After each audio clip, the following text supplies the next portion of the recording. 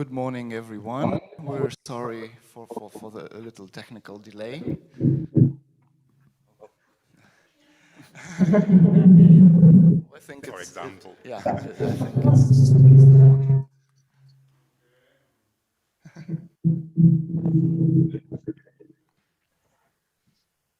well, how about now?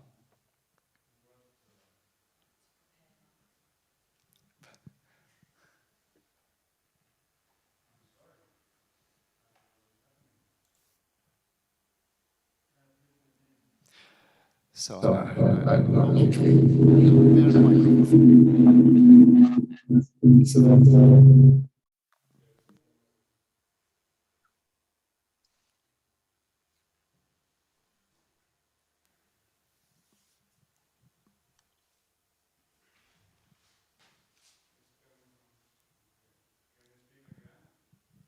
One, two, 1, 2, 1, 2, 1. I think it's fine now. 1, 2. 1.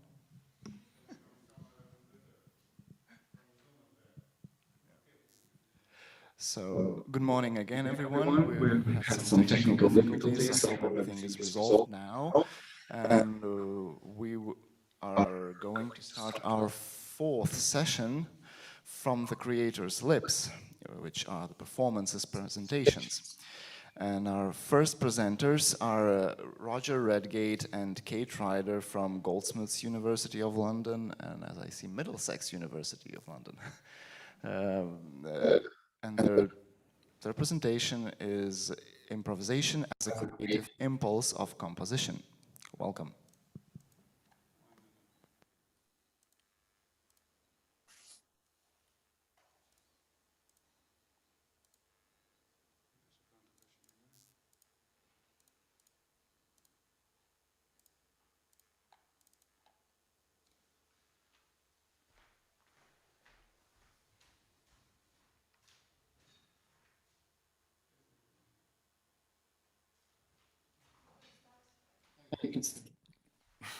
I need to see the PowerPoint.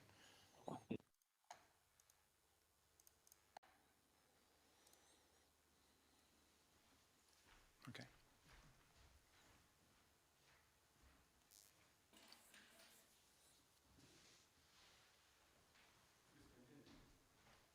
I can start, can I?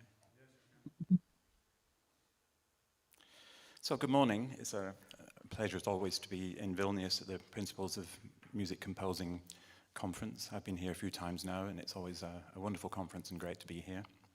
So thank you to everyone for inviting me again and all the organization that's gone into this. My presentation originally was just focusing on the compositional processes behind a set of caprices for solo violin that I've been writing during the lockdown period in London. But I thought it would be interesting to contextualize that because it relates to what I do as an improviser, as a violinist, by doing a performance as well. So I've invited the pianist Kate Ryder, who's a collaborator of mine, to come and perform. She's going to be playing her wonderful prepared piano. And so at the end of the presentation, we will do a short improvisation. I don't know how we are for time in that respect. Feel free. So as I always do, I'm going to read partially a paper just to contextualize the background, and then talk a little more informally and also with Kate about her practice and how it relates to what I do. So I've spoken here before. Some of you are familiar with my work, and much of my work as a composer is articulated by the interaction of various fairly complex parametric generative processes in relation to notational strategies and extended instrumental techniques. And this involves a significant degree of pre-compositional planning, which is often seen to problematize the creative process when you consider, we think about what exists in the mind of a composer and what exists in the final score. Composers have various starting points for composition. Some work on a keyboard to find their initial ideas. Some make a transcription of an idea, Some work with generative process or a more general apprehension of sound, especially in areas of sonic art, for example, or electronic music, each of which inform the character and function of the material in a composition. And of course, as an idea unfolds, various aspects of these processes can interact with each other. Compositional processes, of course, fuel the imagination with new possibilities and ideas, which are not in themselves heard, but seen as potential in terms of material, which further leads to that auditive moment, what actually exists in the mind of a composer, whatever its true nature or foundation. Previous conferences here at the Principles of Music Composing have focused specifically on various aspects of the creative discourse, ranging from the relationship between intuition and structure, or audiation and teleology, all of which have been very interesting discussions about the nature of the creative discourse. However, a parallel side to my work as a composer, having outlined this complex pre-compositional aspect, is improvisation, which at first sight, given the spontaneous nature and the creative freedom, would seem to be the opposite of what I do as a composer. So I want to talk about the cross-fertilization between improvisation and composition, although not in the sense that improvisation is a starting point for composition as such, like a transcription, for example, but how certain aspects of improvised music might inform creative starting point for composition. I would hesitate to say that any of my material in composition is improvised as such,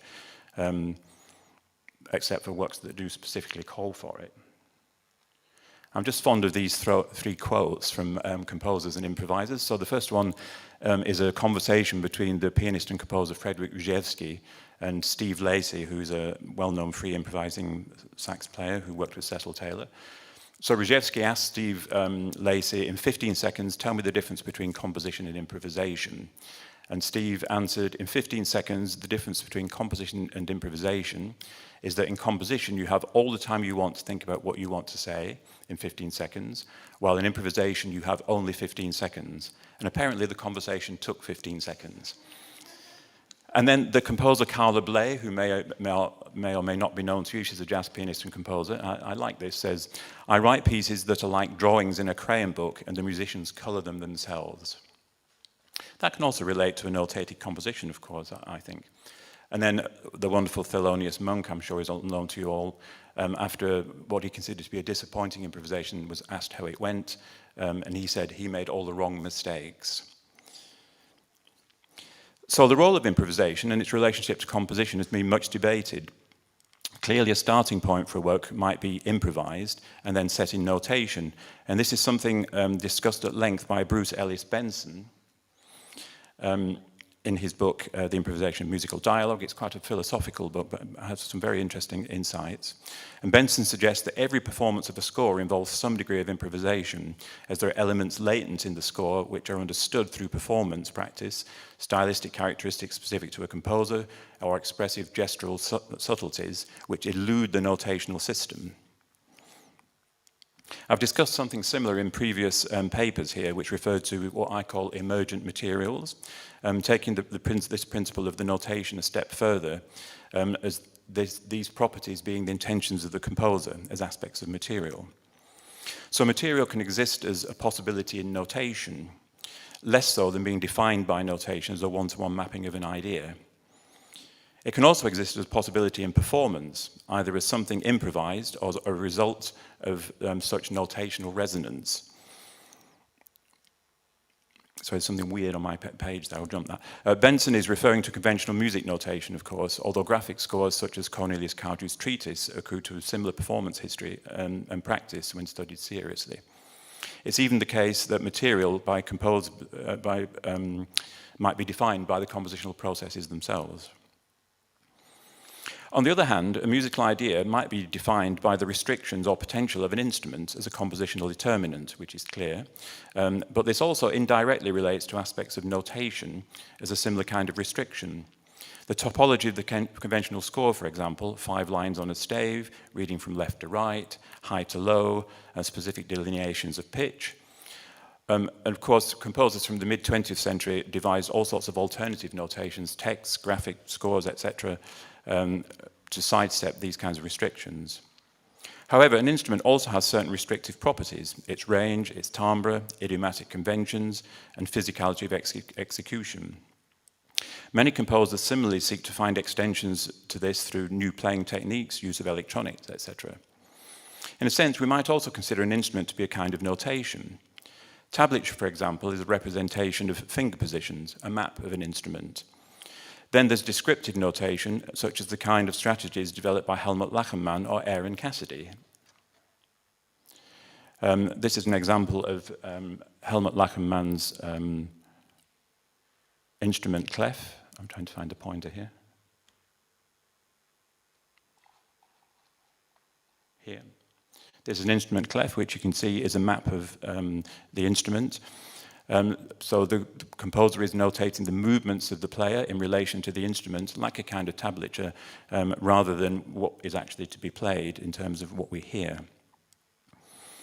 However, the borderlines here between the notatable and performable become blurred, and certainly the functionality of notation in such cases is less an expedient for capturing an idea than a vehicle for creating one. At this point, it might be worth clarifying my use of the term improvisation. In a musical context, it has many connotations, as Derek Bailey outlined in his now iconic book, Improvisation, Its Nature and Practice in Music, where he covers classical music, as in Baroque ornamentation, Indian music, organ music, rock, jazz, folk music, flamenco, all of which he calls, what he calls non-idiomatic or free improvisation. And in relation to my work, of course, I'm speaking about the latter, free improvised music. When I proposed this paper, it was suggested I might add a live performance element to contextualize the discussion. However, I rarely give solo improvisations, as to my mind, this is a very different performative situation. I once gave a performance with an interactive computer system, played back on a disc clavier, as an improvised work by the British composer Michael Young, which, while an interesting musical experience, was not very rewarding as an improvisation, since there was no real interaction or development, and it felt more like a solo improvisation encumbered by a computer. However, solo improvisers frequently develop specific materials or techniques as a focus for extended improvisation. We might consider the work of Evan Parker, for example, Cecil Taylor, or the resonance improvisations of John Butcher, where he works in resonant spaces. And just to give an example of this, I'm going to play a brief extract of a piece by Evan Parker. You can see at the top of the picture there of the kind of material he uses in the solo improvisation. It may or may not be known to you, I don't know.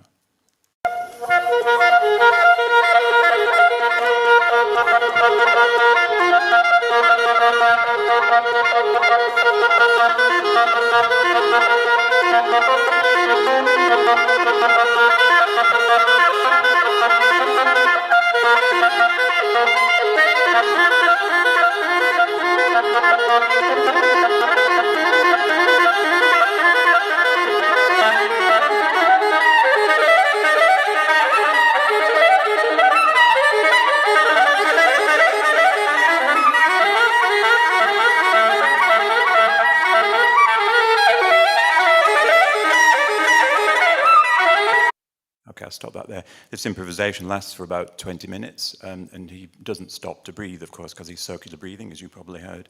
That's very characteristic of Evan's work, and you can hear it's focusing on a very particular kind of material.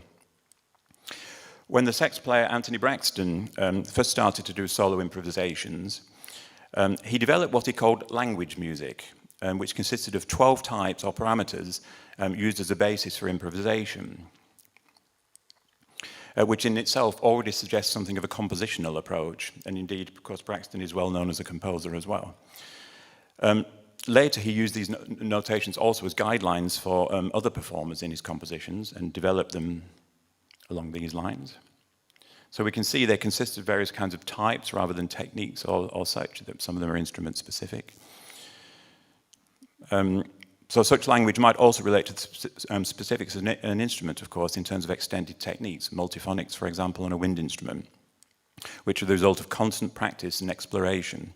In this context, to some degree, all improvisers have such a background reservoir of material, a personal language, or what I like to think of as reference points. The very fact that I play the violin already predetermines certain parameters, articulations, even though they are frequently extended electronically. I sometimes use an effects pedal, an electric violin, although I won't be doing today, and through amplification. And my approach to the instrument will at times be uniquely different to another player. Much of my own work as an improviser is developed through ongoing collaborations, sometimes rather unlikely. Actually, sorry, I was going to play you some Anthony Braxton. Just let me play you an example of one of his solos.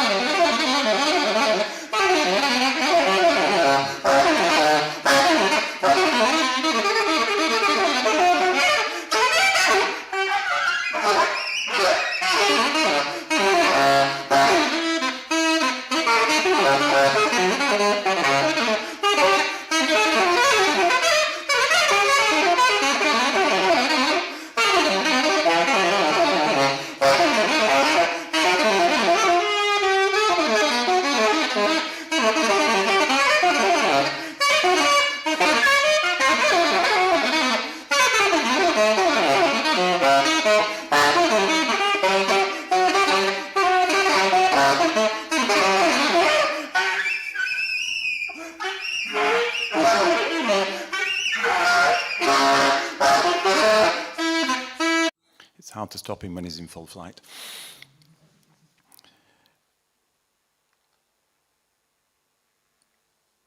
So much of my own work as an improviser is developed through ongoing collaborations.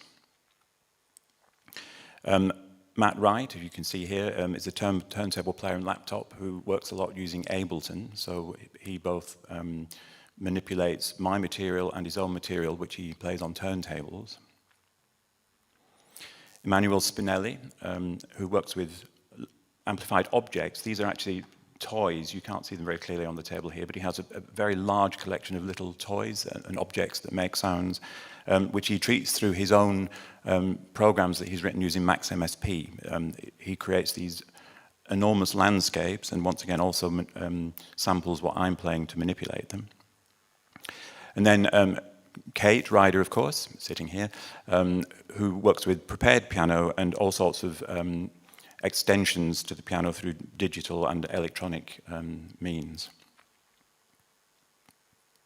And of course, I also work with the London Improvisers Orchestra. We had a discussion about this a couple of years ago here in Vilnius. So the importance of such collaborations for me is the interaction and constant sense of discovery.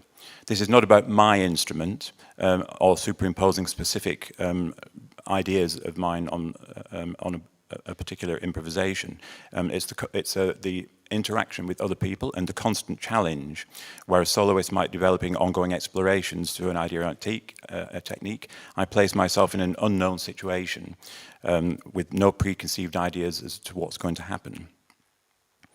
And that dialogue with a musician who's working with very different kind of instruments, maybe with electronics or in this case prepared piano, which is a very different kind of sound world to what I'm working with. It's a very interesting dialogue to create rather than working with another violinist, for example. So with the discussion so far, I've tried to establish a background which inhabits a space somewhere between composition and improvisation in terms of creative impulse and material. On the one hand, there are borderlines of notation from a compositional perspective, and on the other, there's the language music of improvisation, to borrow Anthony Braxton's term, a template defined by a systematic analysis of potential, which is not notated as such. And in each case, there's a similar apprehension of possibility in the mind of the composer or the improviser. At this point, I'd like to turn to the violin caprices.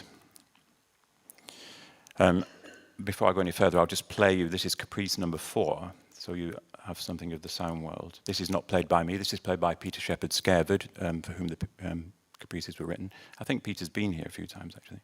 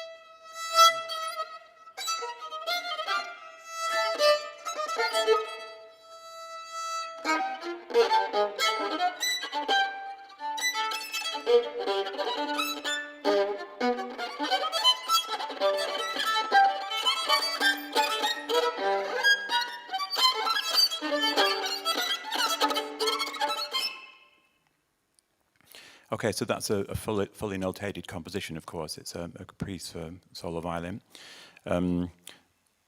Strangely, as a violinist, I haven't written a lot of compositions for the violin, and these are some of the first which have really explored the instrument, and as I was saying, they're informed by the techniques I use as an improviser.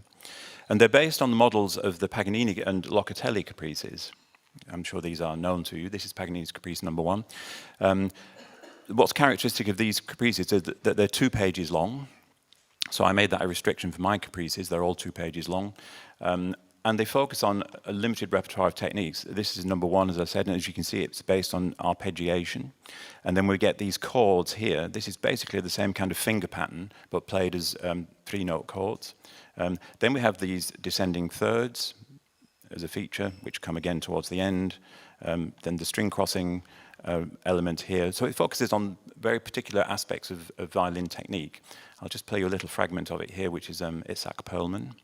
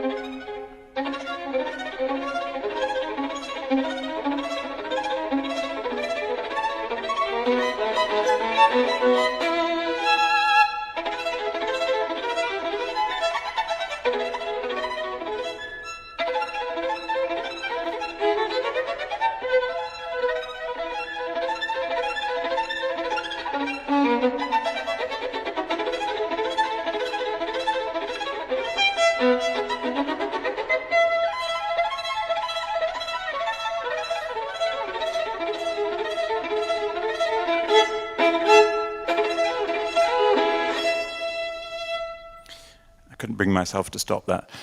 All the violinists in the room just passed out at the sheer virtuosity of it. So that gives you some idea of the kind of model I'm working on with these caprices, but with a very different kind of material, of course. Oh yes, this is about transcription.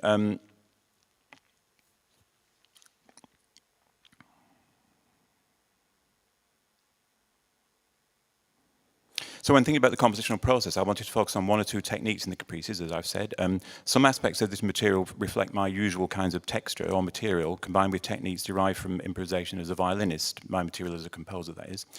As we discussed previously, there's an interesting borderline between the limits of notation and improvised material.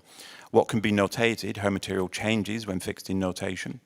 This is clearly beyond the basic level of a transcription in terms of notational resonance or emergent material discussed earlier. Also in the same sense that a transcription of improvisation such as Frank Zappa's Shut Up and Play Your Guitar, or Keith Jarrett's Cologne concert from 1970, which don't fully represent what was played or the intention behind it. This is Steve Vai's, part of Steve Vai's transcription of Frank Zappa's Shut Up and Play Your Guitar. You can see the notation is really quite complex. We've got nested tuplets here with septuplet with 3s in them. This is 13 in the time of 12. How we transcribe this, I'd really like to know. Then we've got a triplet across the bottom here, and the whole line is a triplet as well. Plus also areas such as this, where the notational system really fails to represent what's actually being played. And of course, this is a transcription, so Zappa wouldn't have been thinking about this at all. But if you ask Zappa to notate what he played, it would be interesting to see what he came up with, which is sort of what my caprices do. So this is my own aspects of language music as a violinist. I've put violin techniques, but they're kind of reference points. So the kind of areas I use a lot. So we've got quarter tones. We've got glissandi, an extended down double stop. When I say extended, because I don't mean just a short glissando, I mean really quite large glissandi sometimes. I'll show you some examples in a moment. Harmonics, natural, artificial, and double stopped. Finger pressure, harmonic and half harmonic finger pressure. This is the degree to which I press my finger on the string, which also relates to harmonics themselves. Double and triple stops, arpeggiated chords, which goes way beyond what's performable, as I'll show you.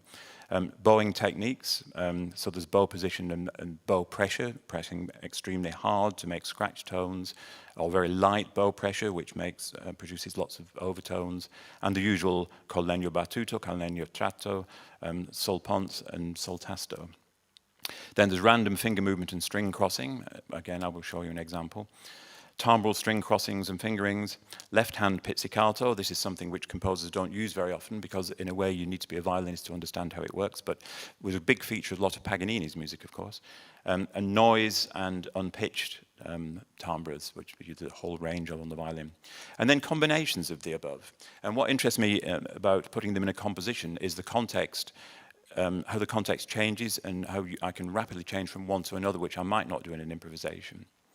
And then there are notations we have at the bottom here, such as extended rhythmic use, tuplets, interruptive polyphony and notational strategies, which I'll show you in a moment, and then alternative aspects of notation. So each of the caprices has a performance note at the beginning, which tries to indicate to the player what my intentions are. I wouldn't normally do something like this in a composition, but because it's got this relationship to improvisation, I thought it would be useful. So in this one, the Caprice 1, the rhythmic notation should also be interpreted with a certain degree of flexibility with a view to creating a rhythmic flux. Most of the irrationals, that's what we used to call them, tuplets, are in any case only subtly different in terms of relative speed of notes. Quarter tones are to be understood to be precise. And in Caprice 2, certain aspects of the gestural writing are intentionally at the limits of the playable, arpeggiated chords, lengths of glissandi, etc. And in such instances, the player should aim for the energy of the gesture with as little compromise as possible. So here's some examples. This is the tuplet notation in Caprice 1. We have 17 in the time of 12, 10 in the time of 7, 13 in the time of 9. The difference between these tuplets is actually quite small, but it's almost like a notated accelerando. We can have lots of discussions about the performability of such rhythms, but we don't really have time today. This is an example from Caprice 2. So these arpeggiated chords here, this one, are completely unplayable in terms of being able to stretch them and play them as a chord. So my intention is that they will be arpeggiated, but of course they're rhythmically defined, and the arpeggiation of them disrupts that rhythmic profile to some degree. Similarly, we've got these very large glissandi with very little space to do them in, or these grace notes. We've got rhythmically defined grace notes here, which cover a very large area in a short space of time. Caprice 3. So yeah, repeated pitches should always be played with alternate fingers or strings, as indicated, except in the double stops. Giving fingering strings, yeah, they're just a suggestion for the player. Feathered beans and tuplets indicate a small accelerandi and decellerandi. Here's an example of this score. So here we have little quarter tone scales in contrast to an actual glissando. And at the bottom here, as you can see, or here, I specified the same pitch on different strings, or the same pitch with 3 different fingerings, which is extremely difficult to do in actual fact, and it's something I exploit in a later caprice. I'll play you a little bit of this one.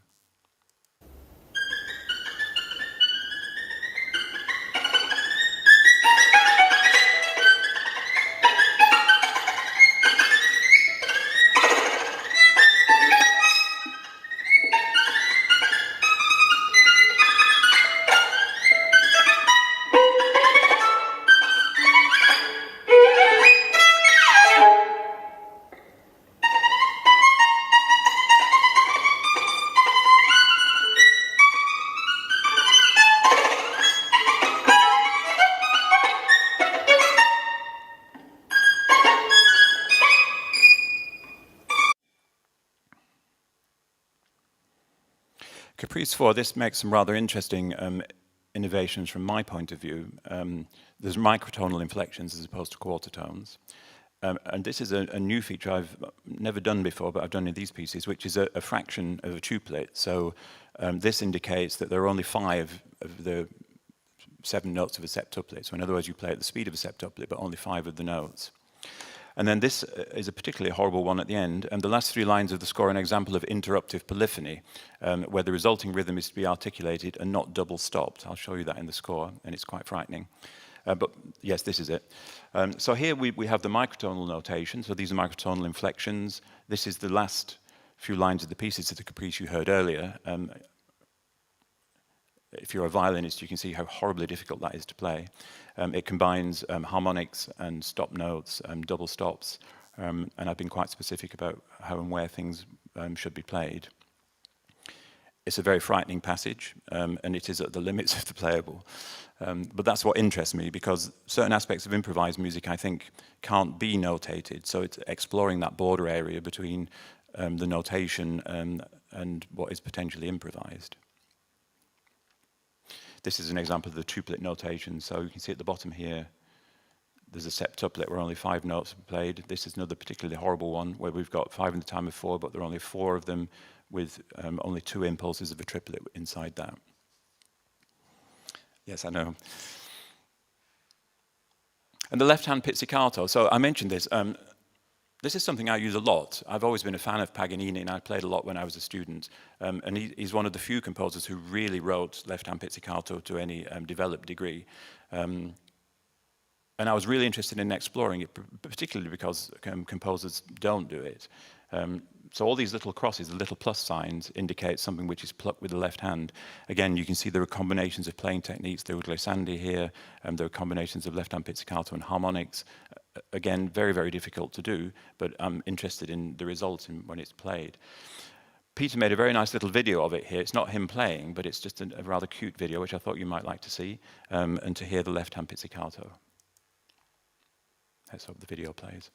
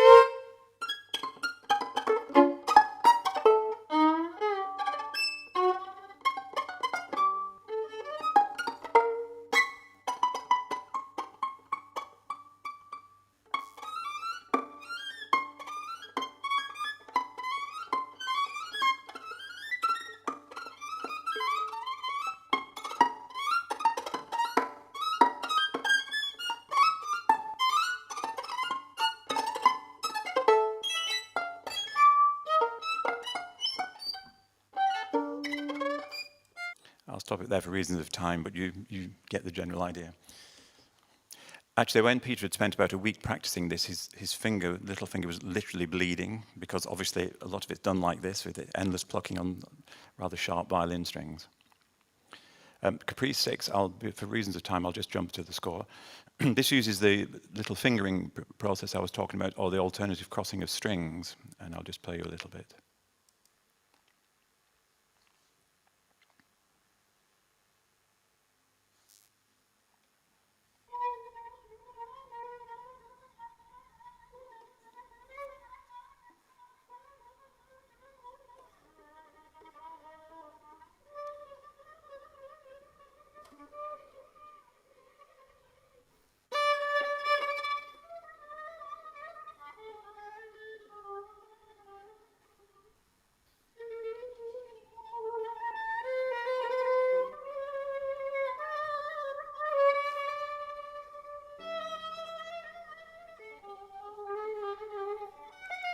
You'll notice there are slightly microtonal inflections in using the same finger to play, three fingers to play the same pitch. And that's my intention, of course, it'll come out like that. It's not notated in the score, but it's almost impossible to play what I've written to sound the way it does. So these very slight microtonal variations on the pitch are my intention. That's just one of Peter's practice scores. You can see the level of work that goes into it. Okay, so now I'd like to move to the work I've been doing with Kate. And a current project that I'm working on now is to write a piece for a prepared piano and the Dan Chan with Tan Tui, who's you can see in the photo here. Kate and Tui have a regular duo playing together. And the Dan Chan is an unusual Vietnamese instrument. Oops, I put those in the wrong place. This is how it looks. This one I'm writing for is a 19-string instrument. You can change the tuning of it, and of course it makes quartz tones possible, which obviously I would use. It can also be prepared. And this brings me, I'd like to bring Kate in at this point to talk about the prepared piano. In terms of your approach with the sound world and the instruments.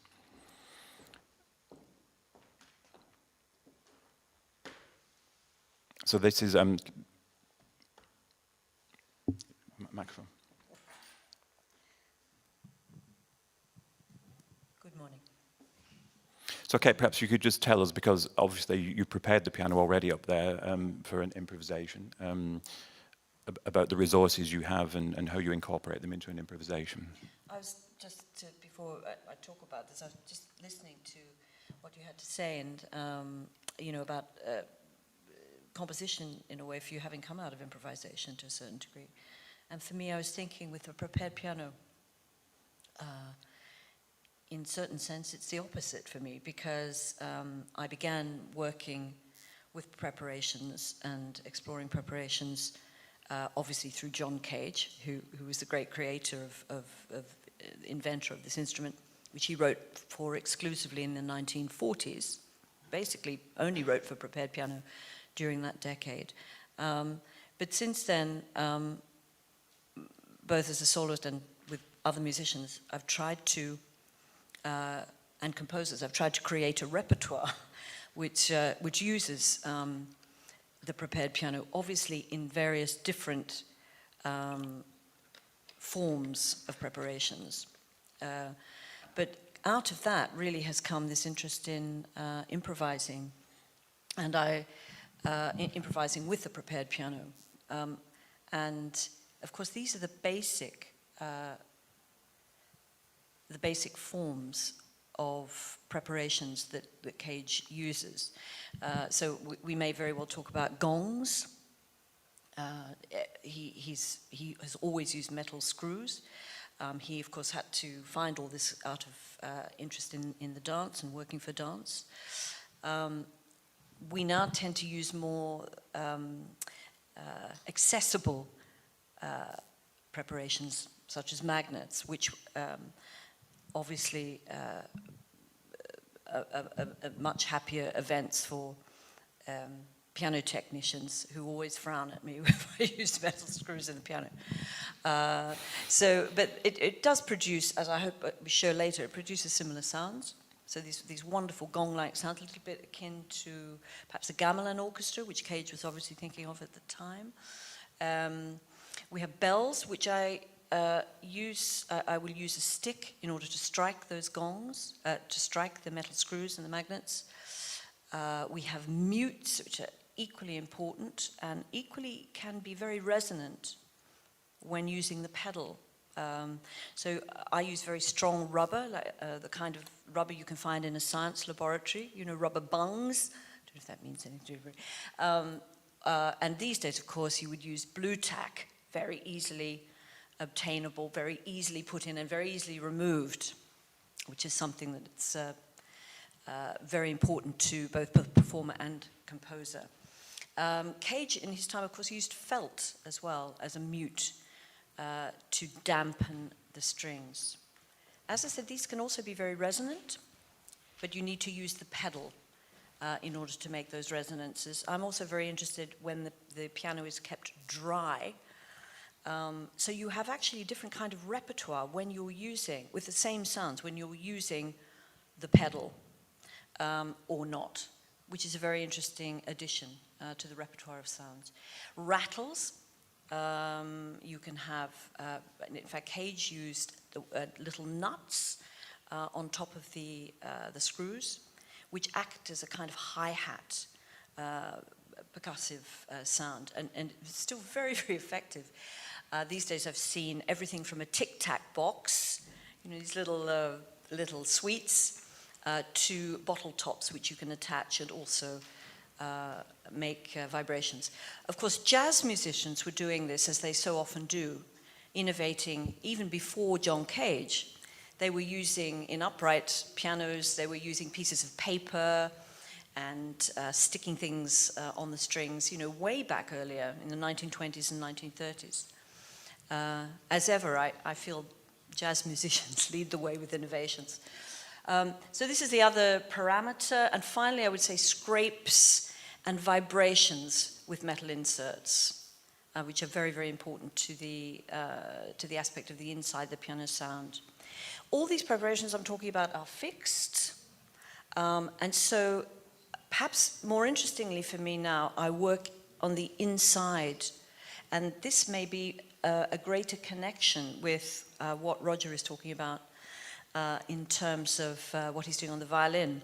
Of course, we all think of the great composer George Crumb and his extraordinary innovations and extraordinary scores inside the piano. I mean, this is not my paper and my lecture, so I haven't got a slide here of his scores, but all of these actually have started with the scores of Crumb and with his work. So slides and glissandi, very similar to what Roger was talking about there on the instrument.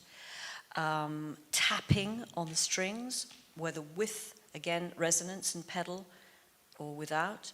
Pitch bending, I have to stop the plosives here.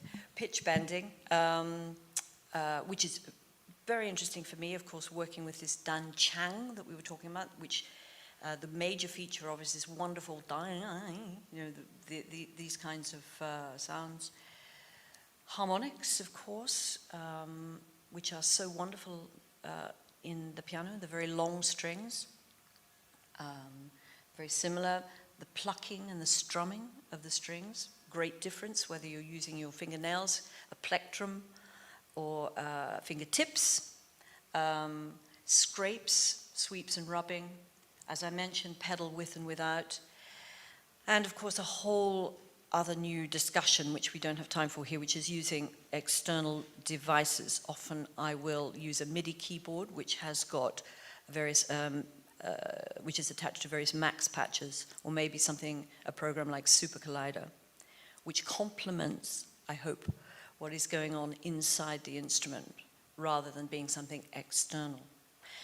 So I have no idea if that was too long an answer, but no, it's very interesting because it relates very much to what I was saying earlier about the connections between unlikely instruments, the Dan Chan and the prepared piano, and for me, the violin and the prepared piano, or the violin and turntables. Turntables are so remarkably like the violin. The stylus and the bow are very, very, very similar. So, as you were saying, finding these links between the instruments, I think, is the challenging and interesting part of the improvising, which extends the repertoire of what we all do. I think also, you know, you're talking about the techniques that you use. You don't like so much the word repertoire, but, you know, reference points, as you were saying. A repertoire suggests that, you know, for an improviser, a repertoire suggests that, you know, you have a whole collection of sounds and then you're just going to pull that one out and you're going to do that.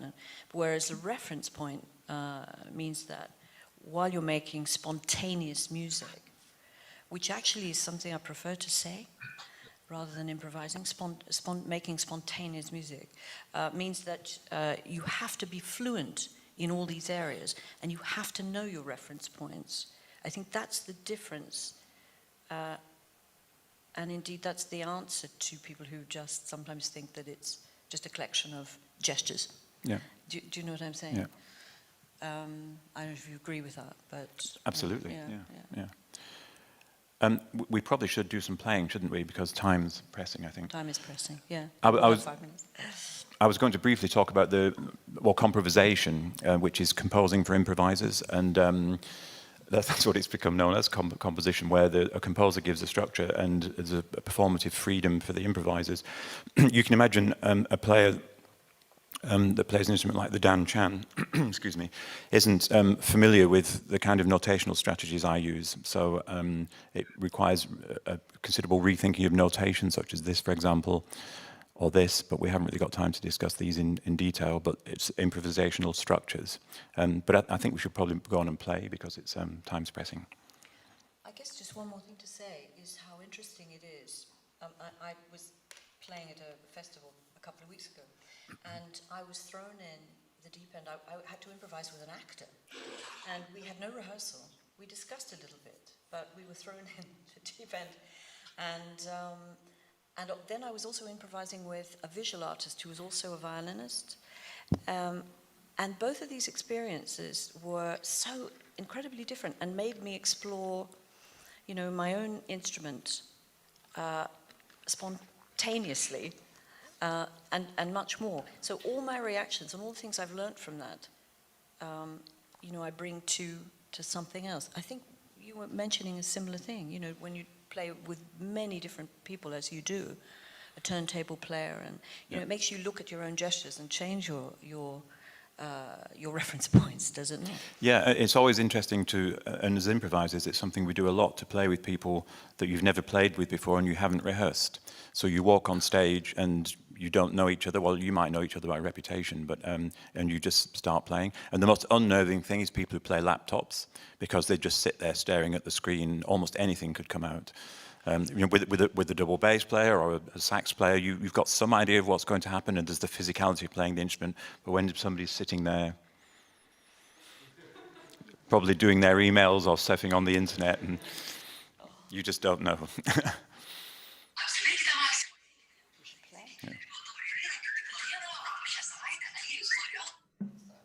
It's nothing to do with me. Maybe it's me feeding. It's improvised. How long have we got now, do you think? What do you think? Well, maybe we should cut a little short. We do 15. Yeah, is that okay? Is it okay? Approximately that. Can you judge it?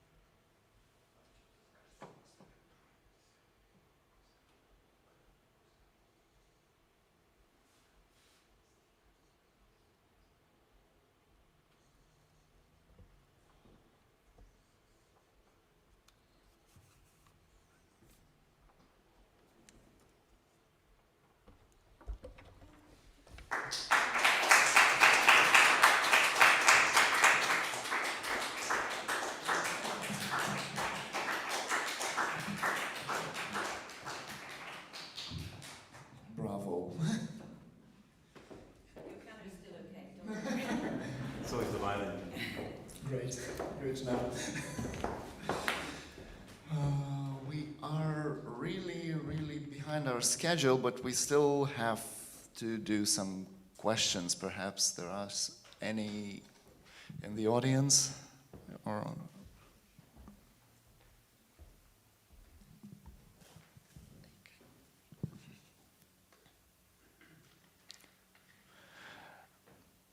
yes, Alistair. Hello, hi everyone. Hi, thanks so much, Kate and Roger, for a absolutely fascinating talk and a wonderful performance.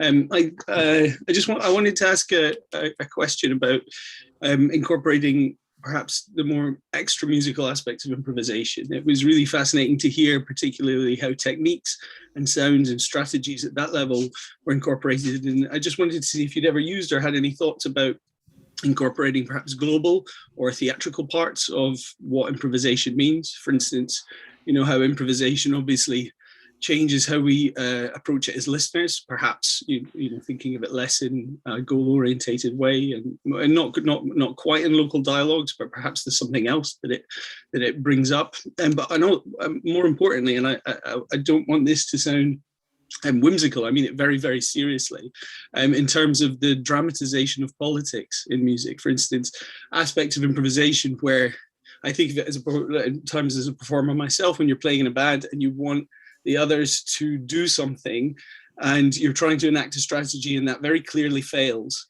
And the phantasmagoria of the situation, or the magic of it, disappears for a moment and something else happens. And this is, I think, actually a really beautiful part of improvisatory music. And not obviously something that happened with your wonderful performance there, but it is something that's quite interesting. And I think somehow perhaps not capturable on notation, but maybe it is. I just wanted to ask, just about these other processes that are perhaps not to do specifically with sounds and techniques, and if that affects how you think about form.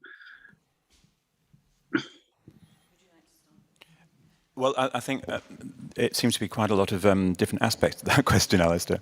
Hello, by the way.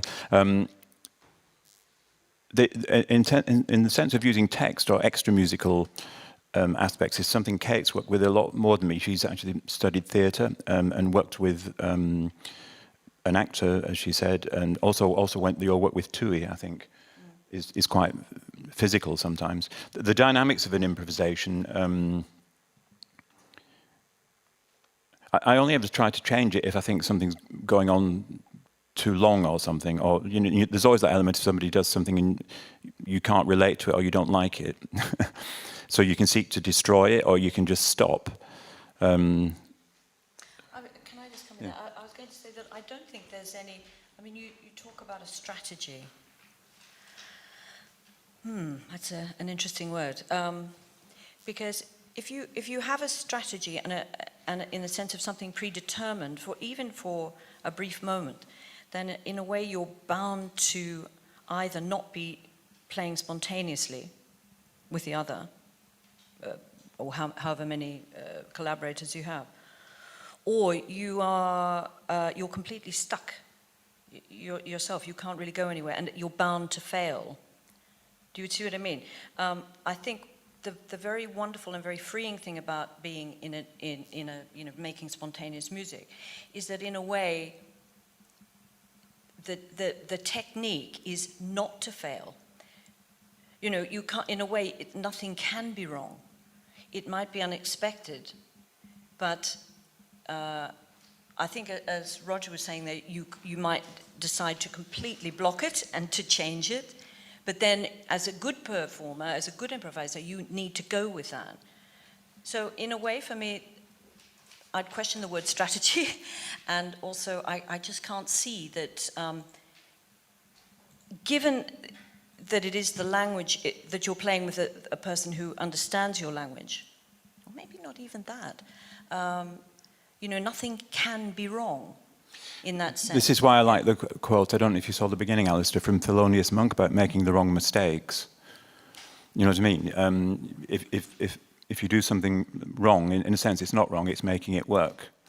And I think it is a wrong attitude to have a strategy, in a sense. I never have a slightest strategy or preconceived idea about what's going to happen, unlike composition, which is where it's interesting to have that crossover between setting something in notation or, I mean, a lot of the things I was doing then, I couldn't begin to notate. The other thing I'd just very briefly like to say is that, of course, you spoke about the audience, and also I'd include the space. Somebody that I'd worked with the other day said, I've just played a barn. So, you know, she just improvised to the surroundings of the barn and the resonance and the different textures there. That's something that we consider in every moment that we're in. You know, this room I probably would react differently to, you know, a different space, completely different space, maybe a more, you know, maybe a more conventional space, concert hall space, maybe a more modern space, maybe lower ceilings. And the people in the room, the objects in the room, all have to have a resonance to what you're doing. Alistair, I don't know if this is in a roundabout way answered anything that you are. Very much. Thank you so much. I just wanted to. I didn't think it was. I don't think it was wrong. How do I? Yeah, just that those kind of how those contingencies and unexpected variables like the room and things could ever be, or if they're ever of use in adapting into compositional thinking. You know, of changing not just how you might change how you would notate a violin, but how you might think of something like a narrative. You know what I mean? Yeah, sure, yeah. I mean, it takes a lot of thought to think how to notate these things anyway. I mean, even in the caprices, when I think about what I do, I have to analyze it in slow motion, so to speak, and then figure out ways of notating it. Can I ask one last question? Thank you. Thank you. How would you counter the accusation that, but so much of what you write could surely just be improvised? Well, let's face it, it's the elephant in the room. It's a question a lot of people. Somebody once, many years ago, somebody once said that to me about performance of one of my piano pieces, that it sounded improvised. It's an insult in a way, isn't it? But it's a compliment to the performer, probably. I suppose it could be, yeah. Making it sound instantaneous. I mean, there are composers like Richard Barrett, for example, who thinks that he notates what improvisers do. And that's not at all what I'm trying to do, because I don't think you can do that. Because I'm sure you'll appreciate that when you're faced, especially with a complex score, it's a very different psychological situation to when you're improvising. And the end result is inevitably also going to be different as a piece of music. So I think they're two very different spaces, and although there is that crossover that somebody might think it sounds improvised, but then there's a whole structural element to a composition which is different to the kind of structures in improvisation. Thank you. Thank you. Any more questions? I think now we have to make a short technical break for our next presenter to prepare, and we will meet you in like 5 minutes.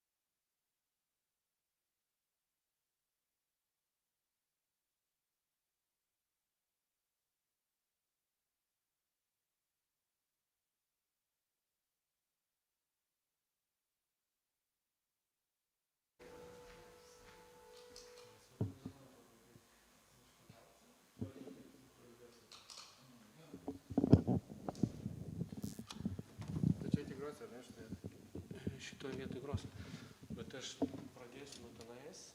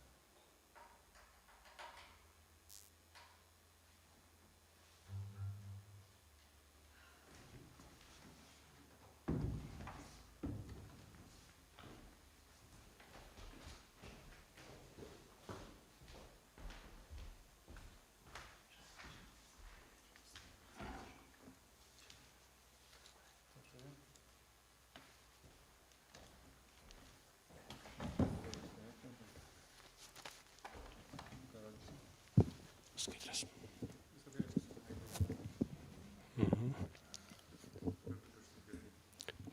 O tokį?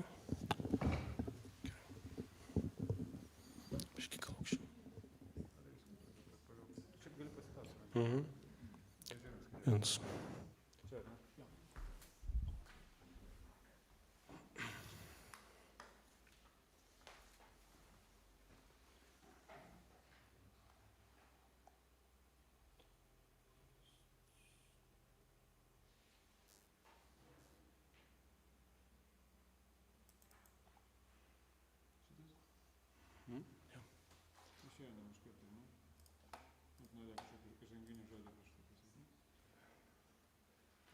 Jo, išleis per visą ekraną gali. Bus garsu ar ne? Ne, nebus. Garso pavyzdžių nebus? Ne. Nu, dabar sakau, žiūrėsiu,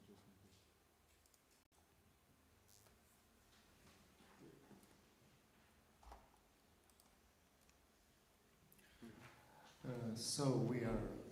No? Back. Not yet. So we are back with our next presenter, Vytis Nivinskas from the Lithuanian Academy of Music and Theatre, and he will speak about improvisation and real-time composition in double bass solo performance. Welcome. Thank you. Good morning. It's a pleasure to be here. My name is Vytis Nivinskas, and I'm a doctoral student and bass player from Lithuanian Theatre and Music Academy. Welcome to my presentation. I will talk about improvisation and real-time composition and double bass solo performance. But before we'll start, let's talk about the term improvised solo double bass performance. This time we'll not talk about great players from Baroque or classical era period, and we'll not talk about great jazz cats who were taking solos in any of jazz contexts. And we'll not talk, not this time, about great classical improvisers who are doing kind of recitals, playing double bass solo repertoire, including some improvisational moments. But we'll concentrate today on double bass solo improvisations, meaning that you are going to the stage as a performer alone, and you're performing without any accompaniment. So, and of course, it involves improvisation during this performance. That's the main point. And at the same time, it includes real-time composition.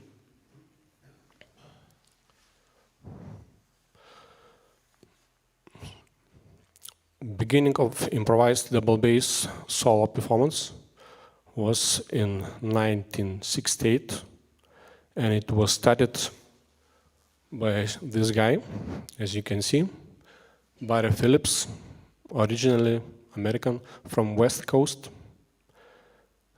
He was fascinated with jazz and contemporary classical music, modern music, and then he moved to East Coast from West Coast. Later, a couple of years later, he moved to England, where he recorded first solo album, Journal Violon. Basically, it's an album of his improvisations, very spontaneous improvisations. So that album, Journal Violon, is like first one in this whole genre we'll be talking today.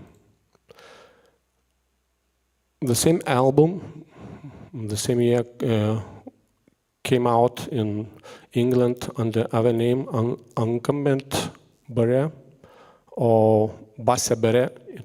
It was released in France.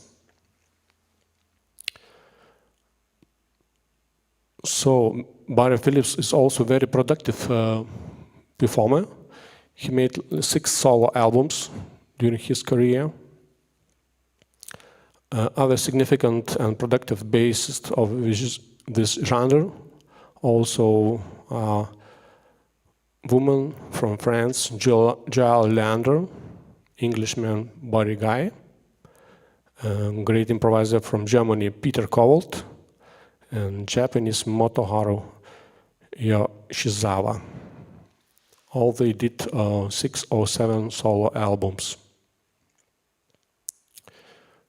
But the very first one, as I mentioned before, was Journal Violon by Barry Phillips, and he made like really big creative impulse for many generations of bass players.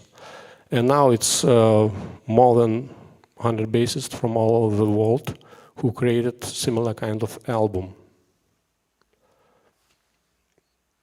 Okay, let's talk about conducive circumstances for this improvised solo recording. Why it was right time for such kind of recording. So I made like 6 points. First of all, it's jazz influence. There was great jazz double bass players around, like Charles Mingus, Corlefaro, Oscar Pettiford, Charlie Haydn, and others. So also emergence of new experimental jazz styles at the time during the 60s, like free jazz, hard bop, fusion. Also, contemporary classical composers rediscovered double bass and dedicated their new works for the bass. As you can see, the list is pretty long, starting from Paul Hindemith and ending with Frank Proto. Also, new double bass soloists and virtuosos appear in the 60s as well, like Gary Carr, Francois Rabat, and Bertram Turetsky. And they were also did great educational work and as well as pedagogical activity. Especially important are two recordings of the solo double bass who came out in '60s as well. First one by Bertram Turetsky, and it was called In the Recital of New Music. It was first one solo album by double bass. But it was only like written music, no improvisations involved, but contemporary classical music. And there are also technical factors which I would like to add to this list, meaning steel strings and new ways of amplification for double bass, all kinds of microphones and pickups. Well, let's talk about structure of this improvised solo albums with real-time composition. I divided these recordings into two groups. One of them is pure recordings, meaning that there is only one performer on the stage or in a recording studio performing live and creating real-time composition. This is Gary Peacock on the picture. He's a perfect example of all three structure in one combination. So there is pure recordings and there is other group of mixed solo recordings, meaning that the same person, bass player, could use other instrument in this recording, voice, or add some additional bass tracks. Mixed recordings could be also with participation of guest musician or musicians, but it's only like a minor part of the recording. For example, Gary Peacock, as you can see, made the album which was called December Poems in 1979, and he was playing 2 tracks solo bass, 2 tracks bass plus additional bass tracks, and on other 2 tracks there was guest musician Jan Garbarek playing saxophone on these 2 other tracks. So 6 tracks total on the album, and good example of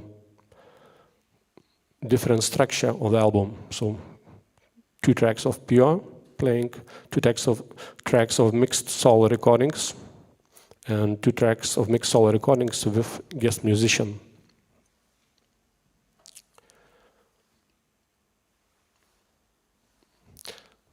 So the time until beginning of this year, there was almost 600 albums who came out of improvised solo bass playing. And mostly these albums were created in Europe or North America. The leader of this genre are bass players in the United States. In Europe, dominant countries were France and Germany. Also other important places for this creative and very interesting process were Italy, Great Britain, Canada, Japan, Norway, Denmark, and Sweden. Totally in the list are 34 countries, including Lithuania, because 3 of the Barry guys' albums were recorded here in Vilnius.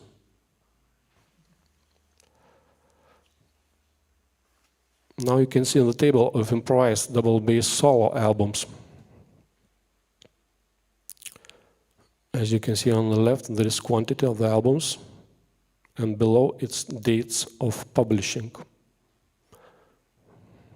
As you can see in the beginning, it was a very slow process, very special one.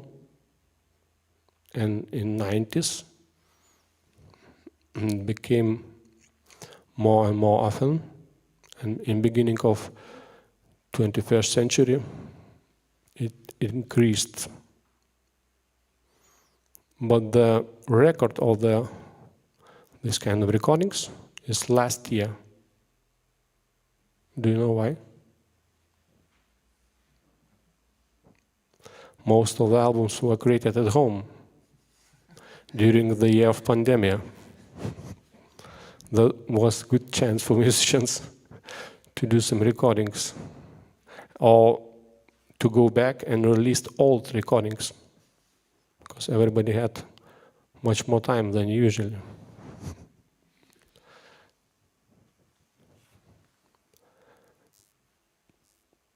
What are the circumstances of the recording process? Here are some list of record companies for improvised double bass solo performance. As you can see, one of the leaders of this kind of performances is ECM company, which has motto, "We record and produced the most beautiful music next to silence." And it makes sense with double bass solo performance. In this list, there is one Lithuanian company, which is called No Business Records. They released 5 this kind of albums. And approximately 20% of all recording has no label or record company and was produced and released by artists themselves. Recording places are extremely different. You know, there are some home recordings, but also in the list there is a couple of well-known studios, like Ton Studio Bauer in Germany or Talent Studio in Oslo, Norway, and of course Le Vouzon Studio in southwest of France, where pioneer of the genre, Barry Phillips, made a couple of recordings. And about 10% of all records were made during live concerts, were recorded during public performances.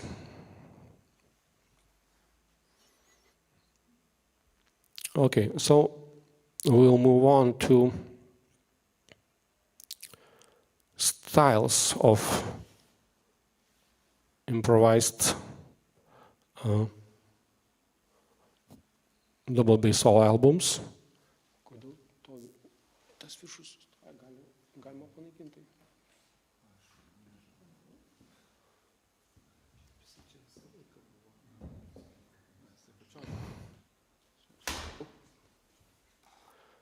Sorry, I just realized that you cannot see the titles.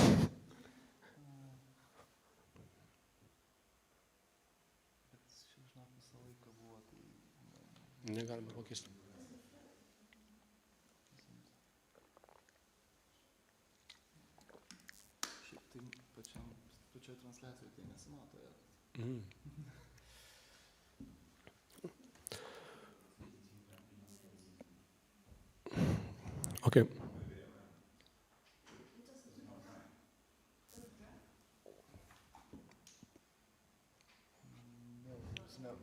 Nowhere to.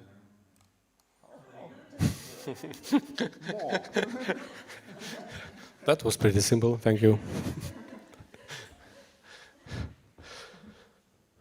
So I found out 5 styles of improvised double bass solo performance. First one is free improvised style, meaning that there is music based on spontaneous improvisation and real-time composition. Beauty of improvisation, natural flow, unpredictable decisions, and instant composition. And sometimes performers use pre-composed motifs, melodies, harmony, but then it concludes just a small part of the whole composition. So typical examples of this style is Barry Phillips' record Journal Violon. Then Peter Cole's album was Daists, and No Comment, the album by French woman Joel Leander, and many more. And I just will play some example of my spontaneous composition, and then the rest of the things I will talk from the stage.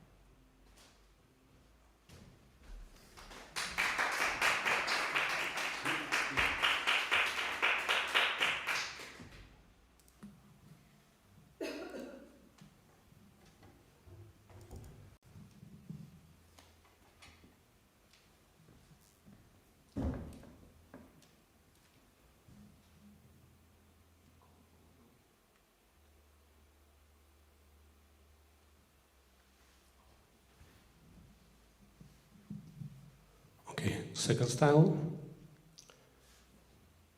is compositional style with improvisation, and it's based on clear structure of composition, where performer has a lot of space for improvisation. Sometimes improvisation could become real-time composition when pre-composed structure could be changed if needed. Examples of this compositional style with improvisation are Gary Peacock's album December Poems, which I mentioned before, Miroslav Vytis' album Emergence, and Anders Jermin album Alone.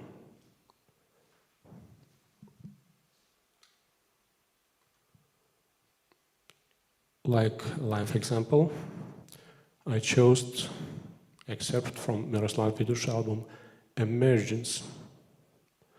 It's interesting that it's his only solo album. And I chose variations on Spanish themes. I just will play a short excerpt from these variations. And probably you'll find out what kind of theme will be used like a main motifs for these variations.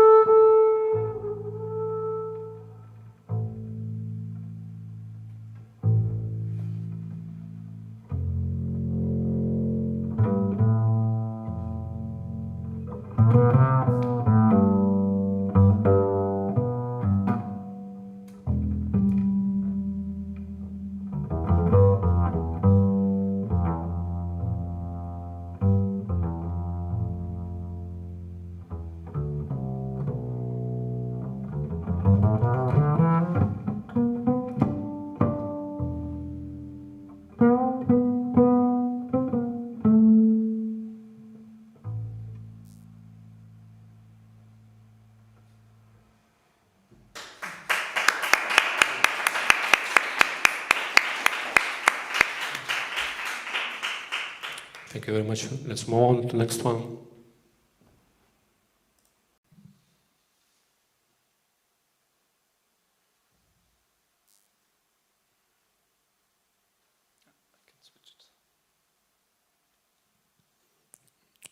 Andrius, could you change? Thank you. Okay, here we have jazz style with improvisation. So this style is based on use of jazz language. Rhythm, articulation, phrasing, harmony changes, and of course improvisation during this performance. Mostly repertoire of this jazz style usually consists of arranged jazz standards, any songs, or original jazz tunes for the solo upright bass. Well-known examples of jazz style with improvisation are Red Mitchell's album Virtuoso, Dave Holland's album Once All, Brian Bromberg's Hands, and also Larry Grenadier's The Cleaners. As an example of the style, I chose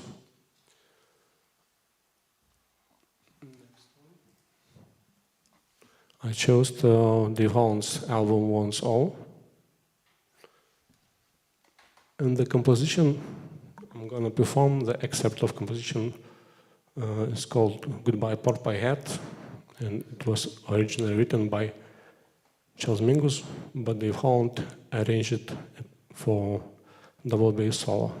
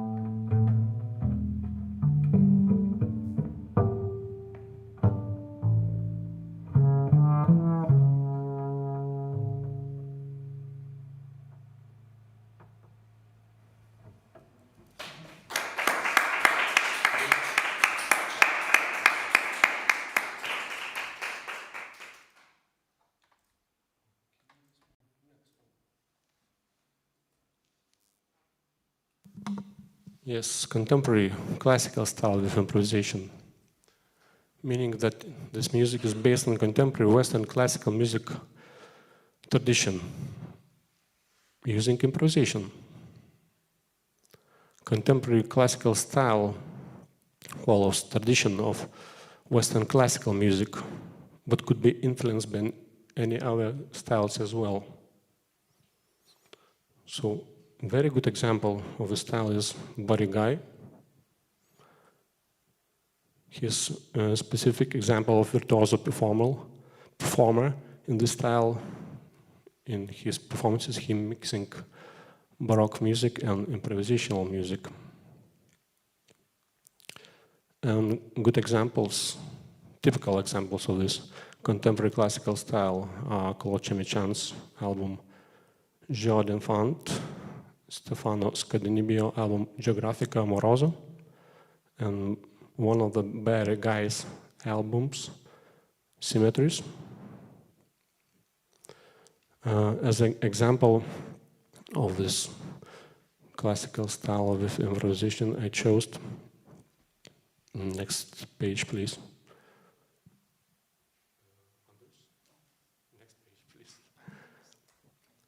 I chose example from Claude Chemichan album Jeu d'Enfant.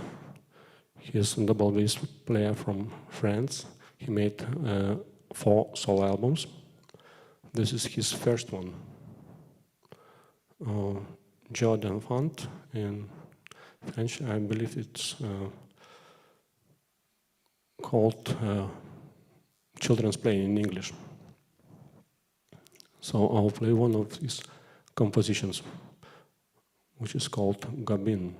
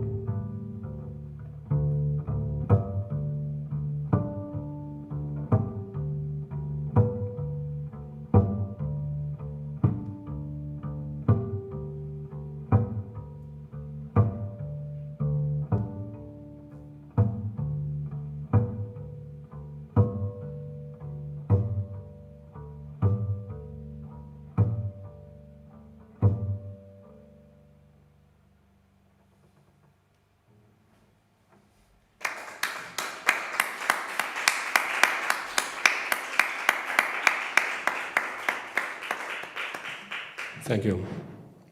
And the very last style is based on world music, different kind of world music, and it's called improvisational world music style with some certain folk music tradition involving improvisation. This style could be any folk music style ranging from Middle East to Eastern European or Gypsy culture tradition.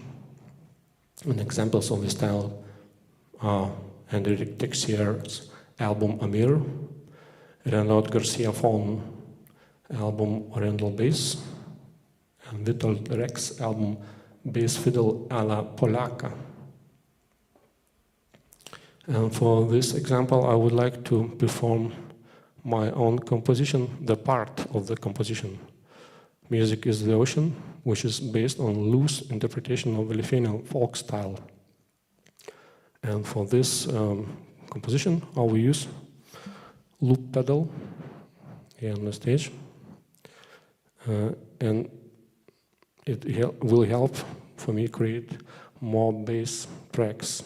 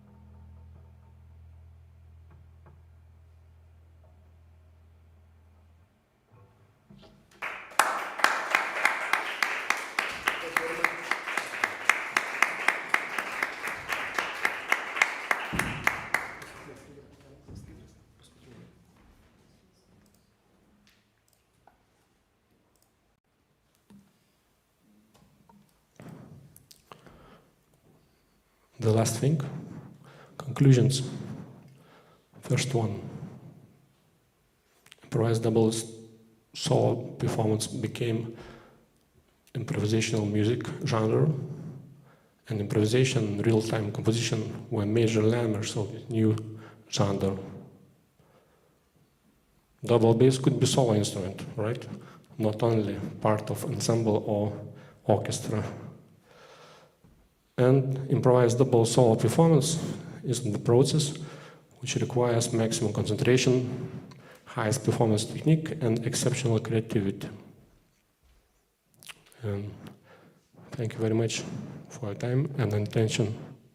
And thank you for all the help from Andrius and all staff from Lithuanian Music and Theatre Academy. Thank you very much.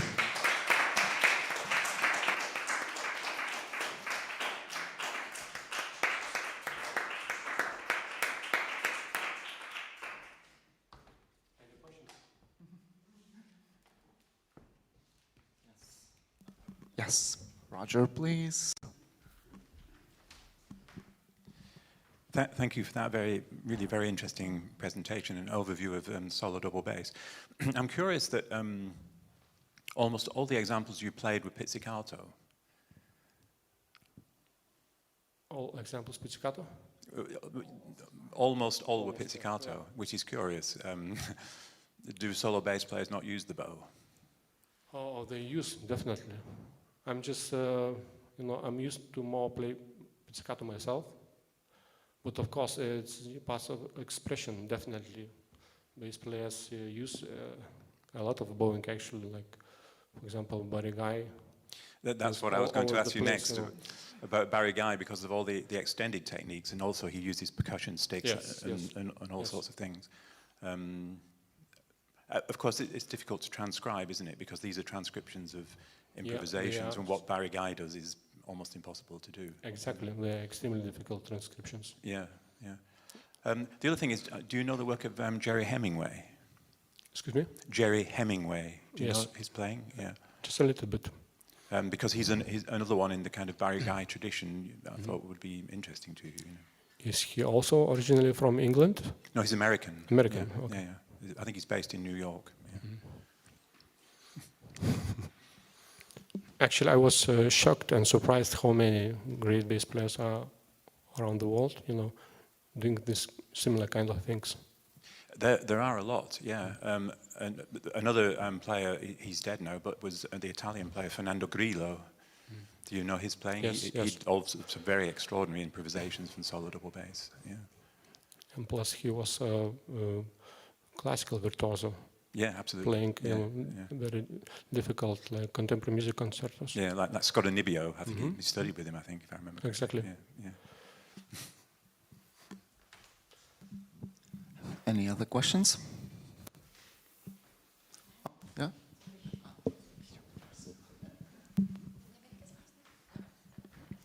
Thank you, Vytis, for a fascinating presentation. Thank you.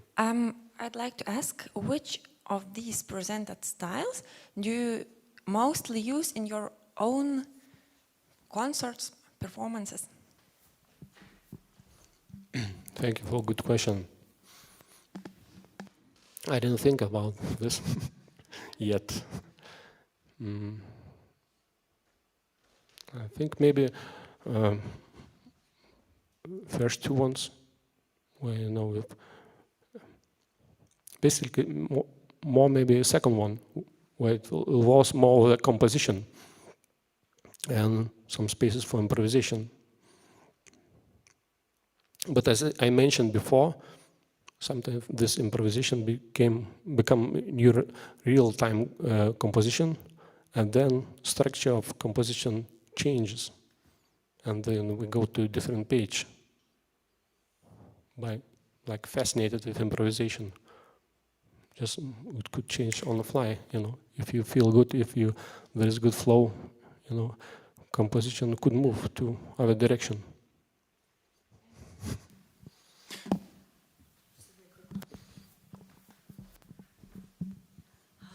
Thank you very much. I absolutely loved that.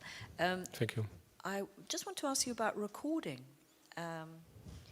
You spoke about the records made in the 1960s, 70s, and recordings that are made now.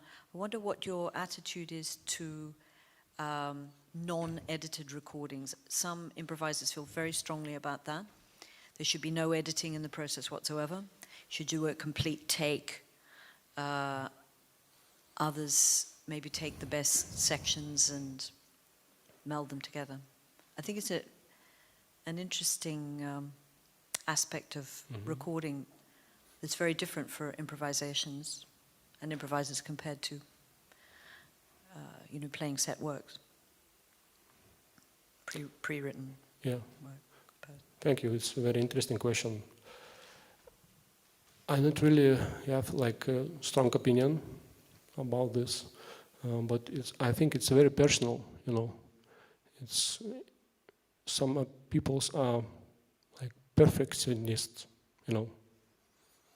Like so every recording for them should be perfect. So of course they will try to make it as good as possible. And for other improvisers, they don't care too much. Just beauty of the moment. Could be some mistakes, some wrong mistakes, as Thelonious Monk said. But I think it's very personal. So, it's up to every performer taste, I would say.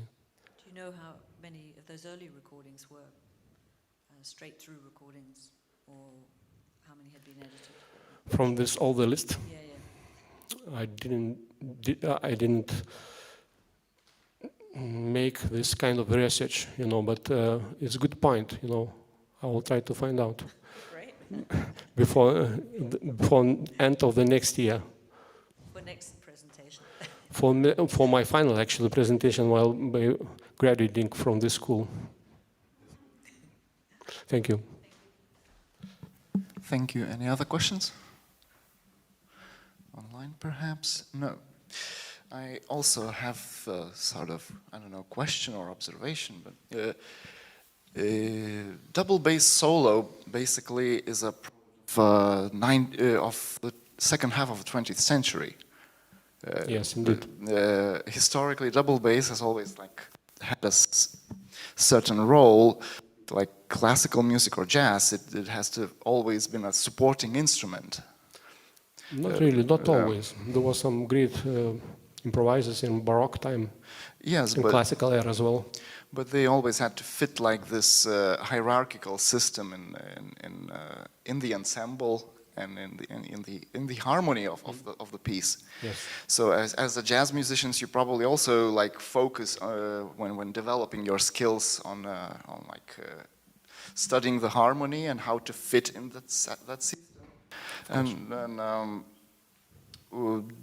does it take a major shift in your mindset when you just decide, I'll go record a solo album? Is it very different for you to play in an ensemble and solo? Yes, it is difficult. It's difficult, right? I mean, if you want to be interesting, it is difficult and at the same time fascinating, and it's kind of becomes a passion. But yeah, playing in harmony, it's one of the basic things you need to learn. For example, the piece I played before, the Holland piece, he arranged for solo double bass, which was called Goodbye Porpy Head. Originally it was blues harmony, Yes. but in his arrangement he changed it to the improvisation on 2 chords only. E minor, A7, E minor, A7. So he shifted from the original blues form for improvisation. Nice. If there are no more questions, we shall finally go to the break. And perhaps we'll make it a little shorter. How about we start at 1? It's fine? Yeah. So we will continue at 1 at 1 p.m. and we will have 2 more presentations. I'll go have some coffee.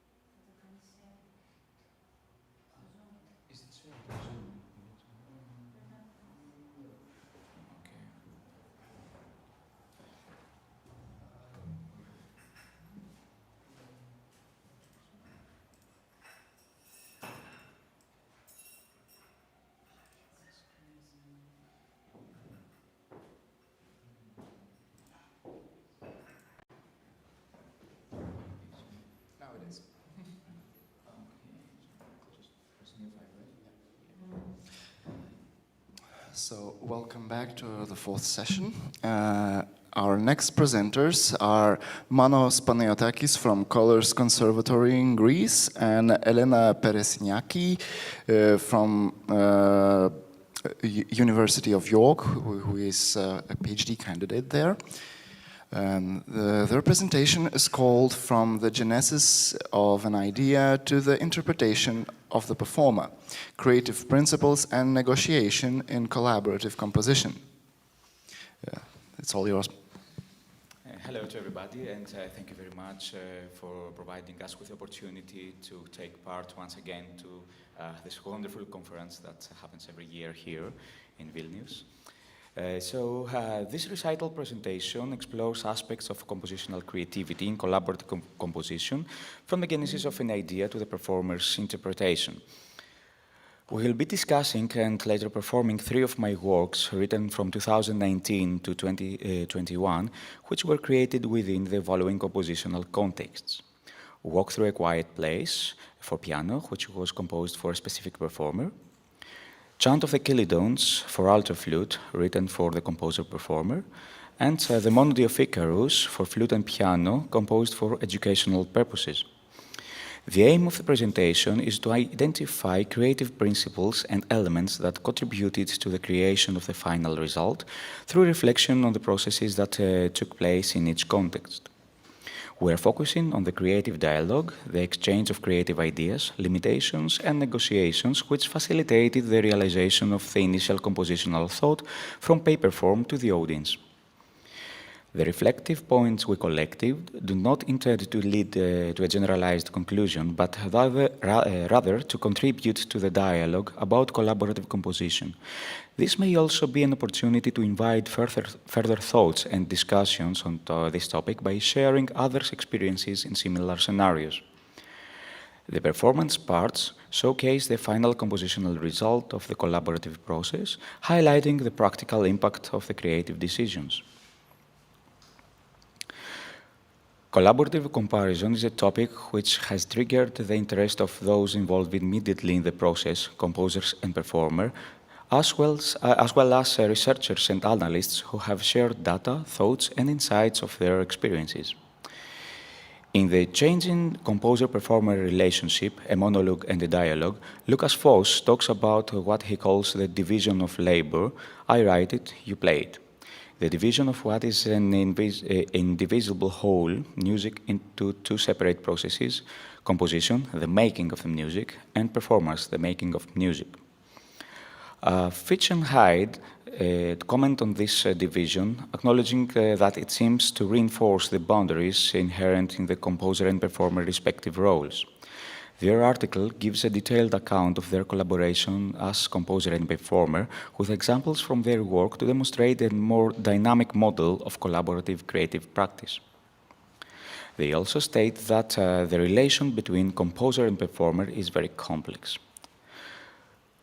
Quoting Kartunen, the authors emphasize that the composer faces the question of what is possible to perform within a certain context. The performer steps in to sort out the innovative from the impossible. Composer-performer collaboration is often seen as a medium between the composer, the performer, the work, and the audience.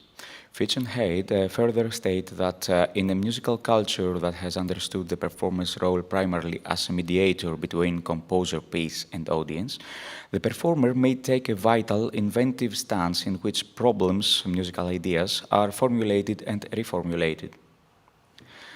Andrew Parrott, through words of significant historical figures such as C.P. Bach, Quantz, Haydn, Gluck, and Couperin, supports that a composer's meaning necessarily extends far beyond the written composition and into the real or imagined performance idiom with which it was conceived. Yip reflects on the identity of the composer as performer. By a certain point in the 20th century, the roles of composer and performer had become increasingly separated, but when we think of composers such as Bach, Beethoven, and Rachmaninoff, we are reminded that the idea of the musician as performer-composer is not new. The author poses 2 significant questions. What does it mean to be a composer-performer in the 21st century? And how does the relationship of composition to their performances change when the composer is the performer? Based on the assumption that the composers are virtuosic enough as performers to present fully the authentic ideas in their music, the author supports that when we integrate the role of composer and the performer, it opens up more opportunities to develop new directions in music. I think we should move now to our first context of collaboration for today, composing for a specific performer, for which I would like to invite Elena to share her experience on our collaboration in the piece Walk Through a Quiet Place for piano.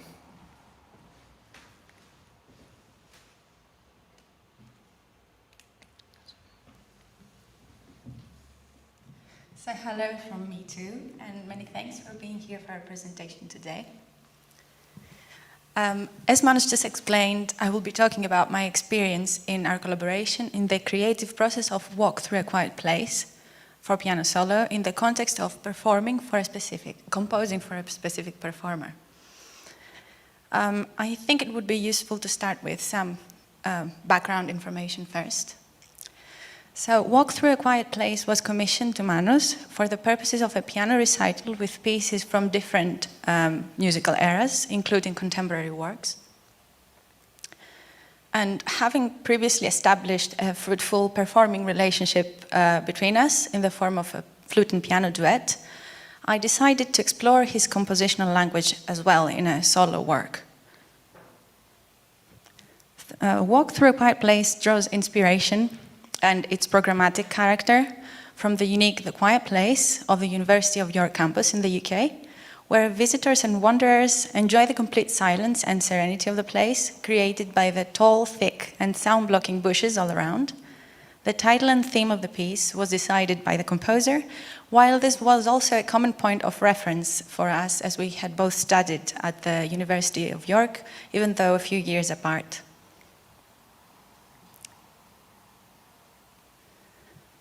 When I commissioned the work, I had some specific creative requests for the composer. I needed the work to last for approximately 10 minutes for the purposes of the recital. I wanted it to employ extended techniques.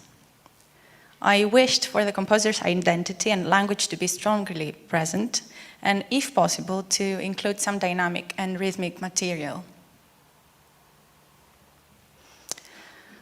Our creative negotiations included some overarching aims, the first being to create a mutually pleasing final result and to adapt to, as well as to extend, my instrumental capabilities as a performer. For example, through being familiar with new compositional idioms, through extended techniques, and this also was my first experience of a commissioned work. This was also a challenge, though, for the composer to manage to express his identity within this specific framework, and for me as a performer to be able to deliver his artistic thoughts, serving his intentions to the maximum potential. If I can just move this a bit. Yeah. Oh. I can move to the top. Yes. Great. We also experienced some specific negotiations through the creative communication in the meeting sessions and during our rehearsals and practice, in which Manos was almost always present. We discussed about compositional and performance-related parameters. So during the compositional process, as the work was being shaped, this concerned the different sections and parts of the work as they were being composed, the philosophy and function of each section, and aspects of aesthetics. So in these sessions, our roles were very distinct.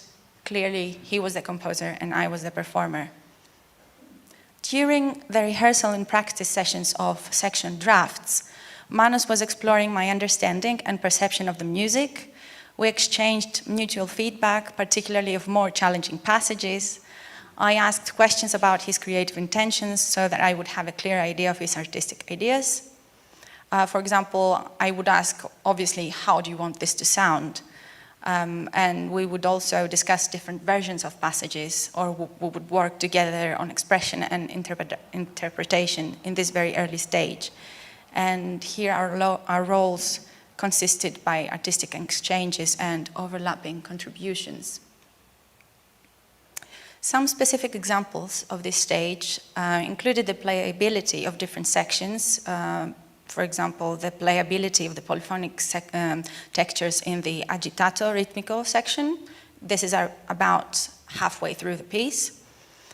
We also talked about the desirable sound effects, such as how he wanted specific chords and sounds to come through by muting, for example, the strings in the piano strings in a specific point. And we also talked about expressive elements such as the accelerandi, for which he had a very specific description of sounding like a bouncing ball, so naturally. And also the final fade out, which is quite big within a very short amount of time. Finally, during the rehearsal of the completed work as a whole, we went beyond the notes by discussing performance aspects such as the atmosphere that he wanted to come through, aiming to a final editing and polishing. This led to the recomposition of the epilogue section as we reached the decision that the closing, the conclusive part, needed to become a bit more condensed to enhance its functionality. And this led to a process of experimentation by trying out different edited down versions, which resulted in a more concise and more effective epilogue of the completed work. So the final result has the following structure. The work begins with an atmospheric prelude, where the initial calmness through the inside the piano passages is interrupted by scattered hints of tension with ordinary piano sounds, which are gradually becoming more persistent. The subsequent chorale, the contrasting of sounds and thoughts becomes more intimate, less loud, yet equally significant. After a brief interlude, the tension reaches its peak through an agitated, rhythmical, and demanding section with different levels of battling and persistent thoughts. The tension is released in the next freer section of Largo Tranquillo, leading to the final epilogue with fragmented thoughts of the initial compositional ideas. And I think I could now demonstrate the end result of this process. I'm looking forward to hearing your thoughts when our presentation is done.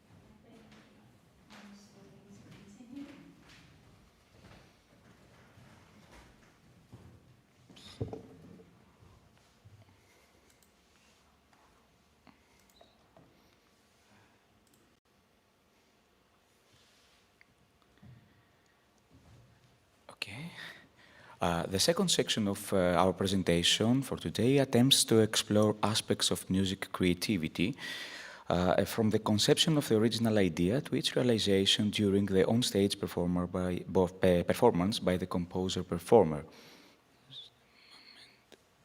Oops, sorry.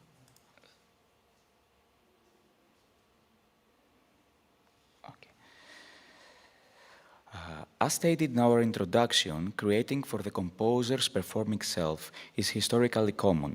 Writing for the composer's performing self appears to be a complex process. A work performed by its composer usually requires a unique artistic balance between the composer's two distinct identities, the one of the creator and the one of the interpreter. The work Chant of the Kilodons for alto flute is approached as a dialectic reflection of the composer-performer's identity. The piece was written during the 2020 lockdown in order to practically explore the timbre, performance potential and sound possibilities of the alto flute, which I had only recently acquired at that time. The main artistic idea was inspired by the Kilodons, a type of automaton in Greek mythology, while also incorporating polyphonic passages with irregular rhythmical patterns inspired by Greek folk music. According to the myth, Χρυσοί Κυλιδόνες were forged of the purest of gold in the form of women by Hephaestus, the god of blacksmiths and craftsmen. They were placed in Apollo's temple at Delphi to delight everyone with their enchanting voices, superior and incomparable to any mortal. One of my main reflective questions in this process was, how does the awareness of own performing abilities affect the compositional thinking? First of all, it created a feel of safety. I know what I can play, so that's how I'll write. In other words, I am aware of instrument-specific techniques and my own instrumental abilities. This may suggest that a more holistic awareness of the performer's aptitude can be used to serve the compositional intentions and artistic ideas. I also found that I know what works for me and what doesn't In other words, I was fully aware of my performing strengths and weaknesses. For example, I knew the specific techniques that are effective in my playing, such as harmonics, multiphonics, pizzicato, tangram, kick licks, etc. So I have made use of them as core elements of the language of this work. Finally, I know what I want to hear from the composer's perspective, so that's how I should play. Knowing the compositional intentions from the inside may lead to a more precise representation of the composer's ideas. For example, how much rubato, ritardando, or accelerado I wanted in a section, the atmosphere of the different parts, or how long or short rest or fermatas needed to be. Of course, all this requires a good technical command and knowledge of the instrument's potential.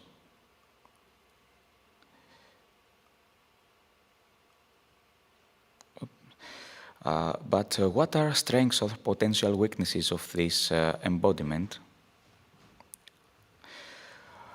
In relation to strengths, it can be argued that composers' performance of their own music may offer a more immediate incarnation of their artistic ideas to the audience.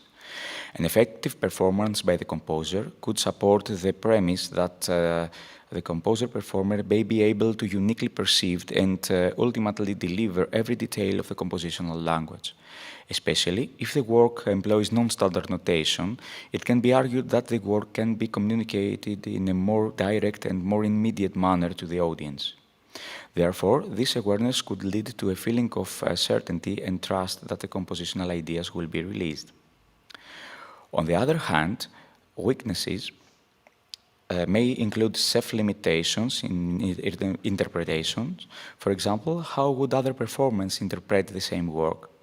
This recognizes the value of follow-up performances, leading to a performing polyphony through different versions of the same work.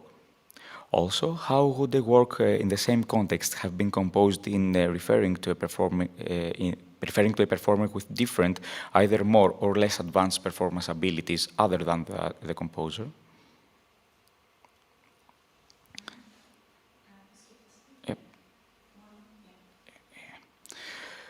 One of the biggest challenges had to do with relying on the safe mode, based on what I felt secure with playing. However, they may hinder the further development of compositional language or the work's full potential. I also wondered, can this awareness become a restriction within the composer's own performance abilities? My personal answer was yes. How I tried to overcome this trap was by trying to face myself as an outsider, creating a conscious distance between my two identities.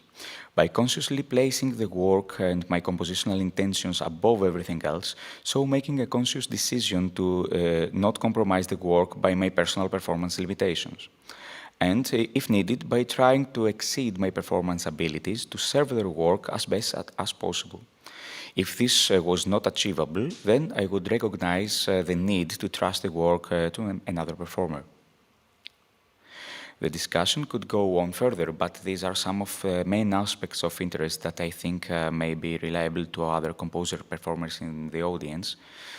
So I think this is time to move to the final result of the chant of the Killidon's composition.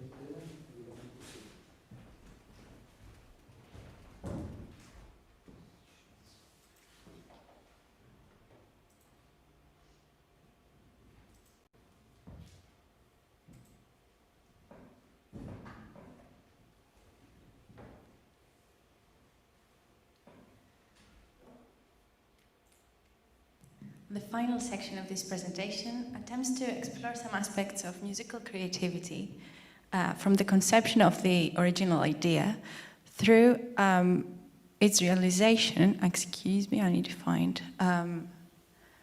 as a starting point for extending the learner's instrumental skills and abilities.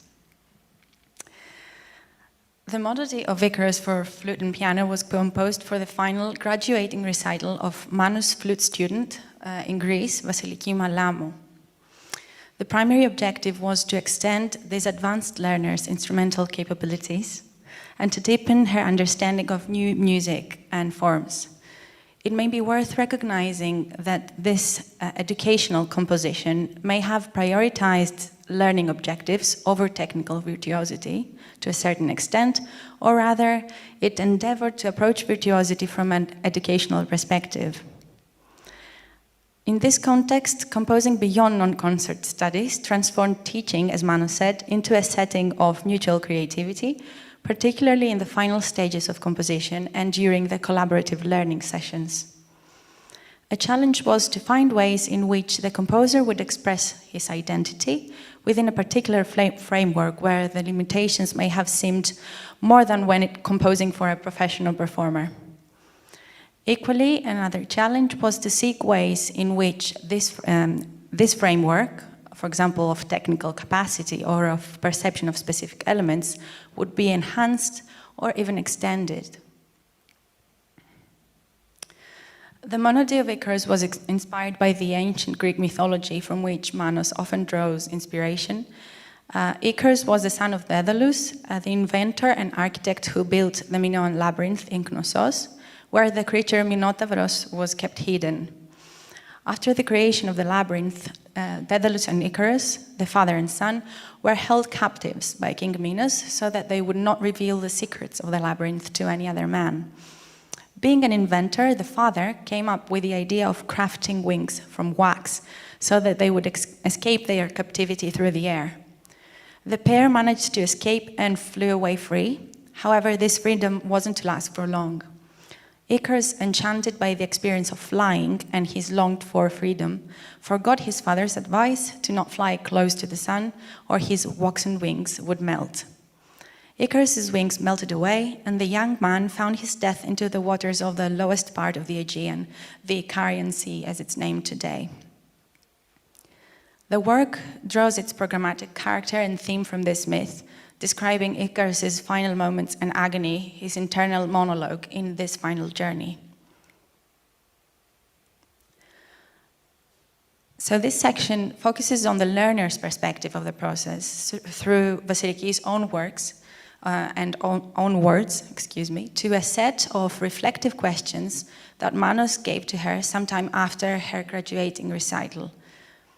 To keep up with today's time frame, only a selection of questions will be presented, this time sharing the insights from the learner-performer's perspective relating to the educational objectives of this process.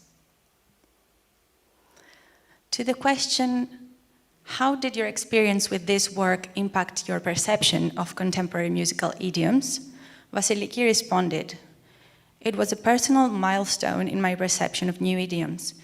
In the past, I was open to listening to contemporary works and found them interesting, but I felt scared and intimidated to practice or play this music. Through this work and my experience with it as it was being composed, step by step, I feel that I realized a new world, a plethora of technical and expressive means to use in my playing." A note to say that Vasiliki is 17 and a half today, and this happened this last year, so in June of 2021. The learner was also asked to reflect on elements or parts of the work that she found more pleasing and why that was.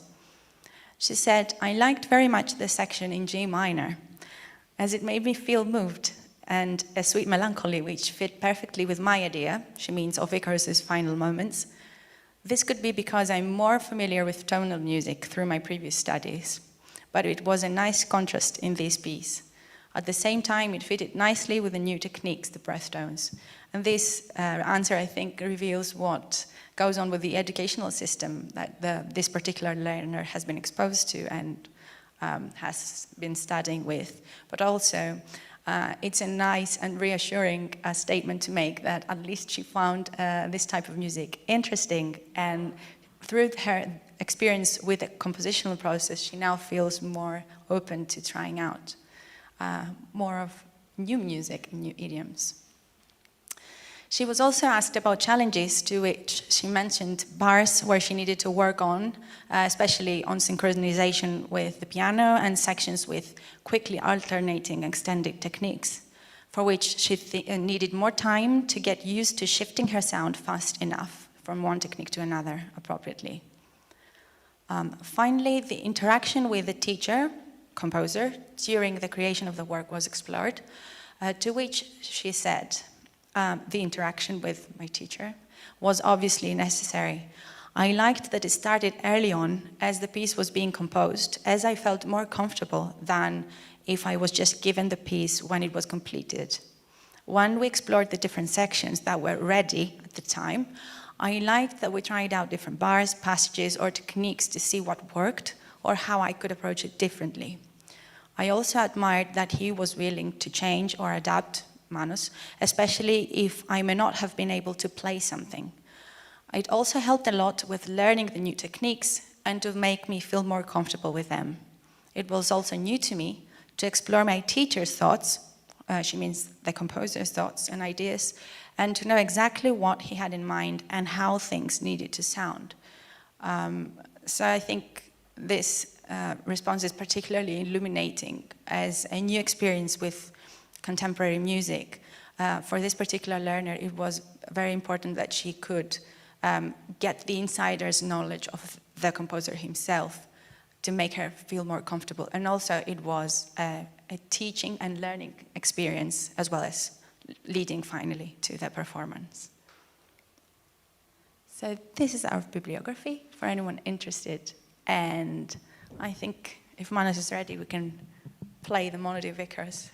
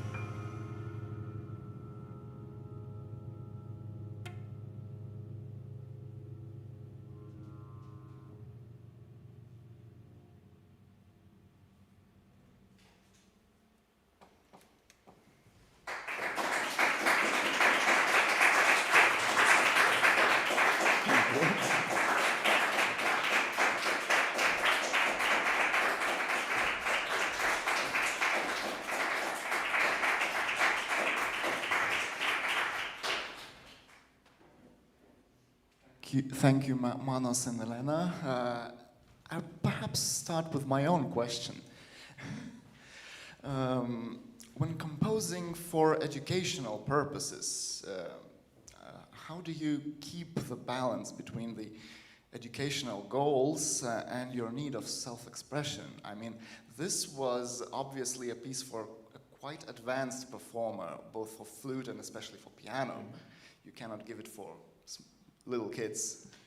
And if you probably could develop players with their sense for contemporary music since a very young age, and but that would maybe absolutely hinder your self-expression capabilities.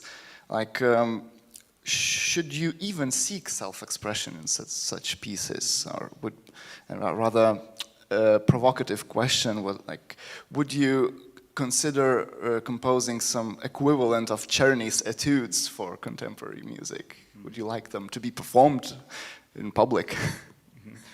Thanks, Andrius, very much. That's a very interesting question. And this is actually my big issue, how to achieve to be yourself inside a very, very specific and sometimes very strict framework, like the students' abilities to play. Fortunately, this one was a really advanced student in terms of both performing and understanding new ideas. So I had an open field in order to develop my ideas without any serious restrictions of my self-expression. But when you have to do with less advanced students, then the challenge becomes very big. And because when you're composing, for educational purposes, then the basis is the educational targets, what I want to achieve from these students, but with myself inside it. So this is always number one, and then as a composer, I have to seek and find the solutions in order to make it to its biggest potential. Thank you. Any other questions? That's good.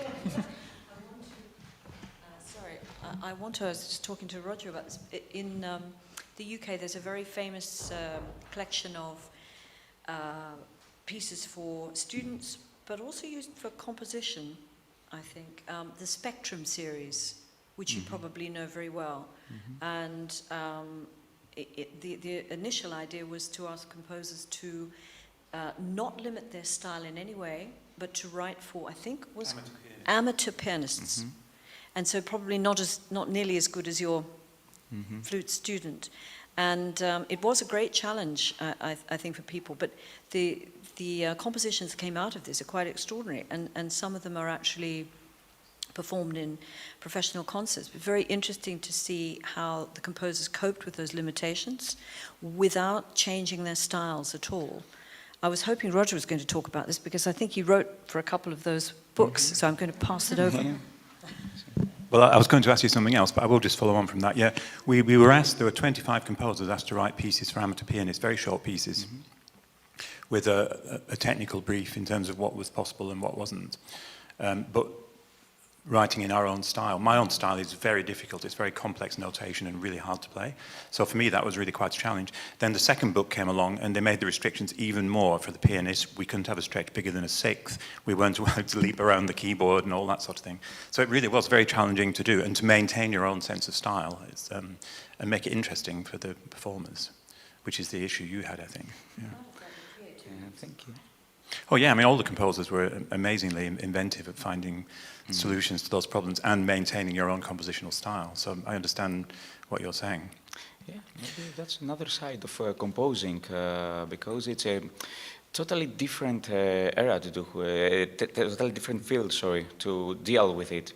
When somebody has to learn from you and to extend the knowledge because of you. So it is a different world. It's important as well for educational purposes, as you were saying, because students just don't come into contact with more extended techniques and that kind of repertoire, and it's really good to have these pieces available. But I wanted to ask you something else relating to your composer-performer relationship. To what degree do you think a score is, a composer's version of a piece is the definitive version? So when you play your own piece, is that how it should sound, or is another interpretation of it equally valid? Maybe I'll choose the second option. So, first of all, every performance is something different from the previous, unless it's music concrete. So, this is the interesting point as well, that I play my music the way that I know how to play it, and then there is an alternative performance, maybe better or worse, who knows, that brings to the foreground maybe other details of pieces that I didn't have in mind. And this is a very important dialogue and a very important, let's say, argument on what music is at the end of the day.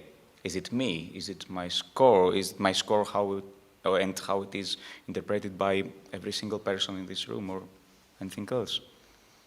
I always think pieces are a little bit like naughty children, you know, that the scores are out there and someone else gets hold of them and plays them and they become something different to what you expected. I've often been very surprised by interpretations of my music, but I sort of think, well, that's the score and they're playing what's written. You know, there's so much information. You can stand there for hours saying, make it more like this, make it more like that. As you said, get a bit fast here, a bit slow, you're too loud there. And then the next time they go out on the platform and play it, they'll do it very different again. You know, it's a complicated relationship, I think. Yeah. So? I guess just to add to that, have you, it was occurring to me, there's that an extra element now of the collaborative process, which is handing your piece, in terms of your solo piece, your collaboration with yourself as performer, which is handing it to someone else. And that was my next question. Have you given your fairly recent solo piece actually, to another flautist? Yeah, I have already given this one for recording in Poland for an album with solo new music for solo flute, especially for low flutes. Okay. So I'm just waiting to take the feedback. But from previous pieces, yes, I had the issue of a different performance. And then I usually place myself into asking myself that is it functional, or is this version as functional as mine in a different way? And if it is, then okay, it's acceptable as a second performance or as an alternative performance. If it's not, then the big deal is my score the problem, the way that I printed out what I had in mind, or is the performer? Who can judge that?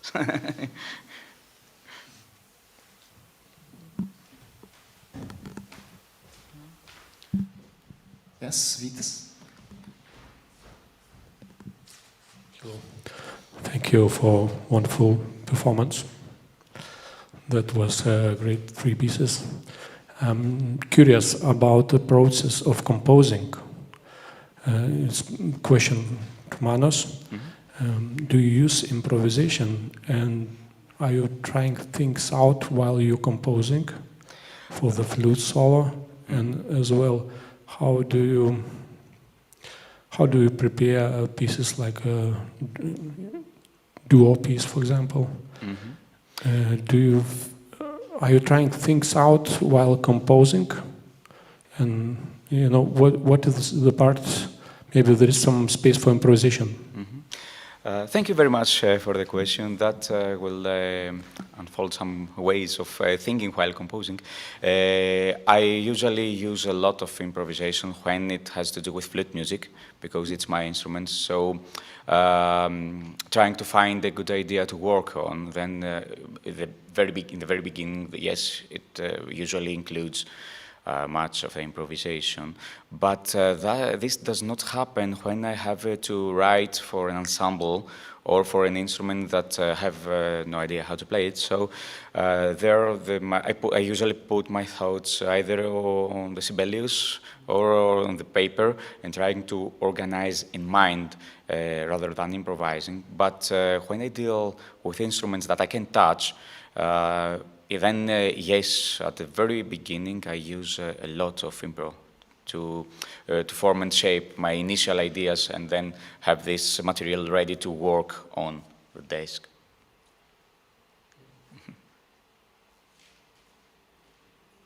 More questions?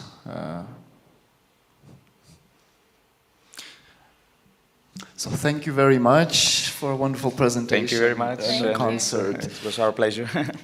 And it's time to move on to more presenters and performers from Greece. It's Kalliopi Stiga and Ioannis Kourtis and their presentation from the Imbabazi, The Pardon, to La Recherche de l'harmonie perdue, a quest through images, words, and melodies.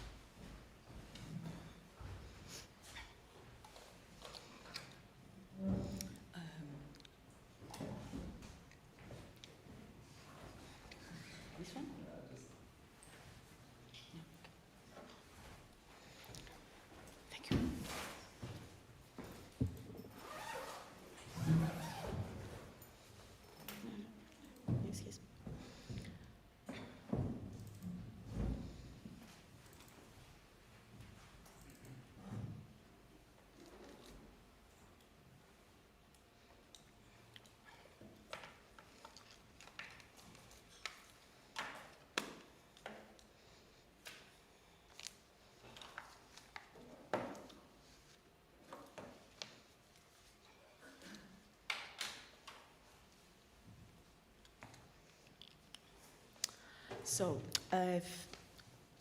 good afternoon to everyone. It's okay.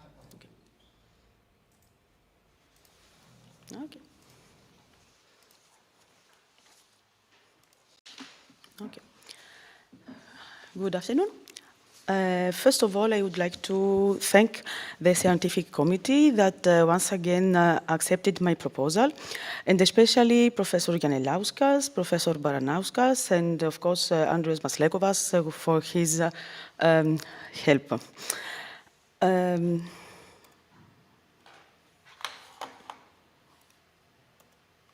Wait.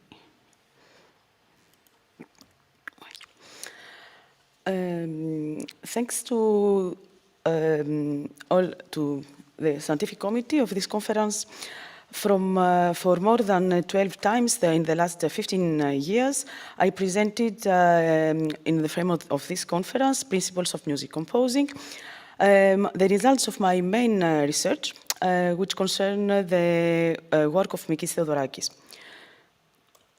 Mikis Theodorakis passed away on September the 2nd, 2021, at the age of 96 years old. As my colleague Ioannis Kourtis and I belong to the first post-dictatorship generation that grew up with Mikis Theodorakis music, and as Greeks who can breathe and live firstly freely, thanks also to the struggles of Mikis Theodorakis, we consider it a minimum tribute to dedicate our current presentation to the eminent Greek composer.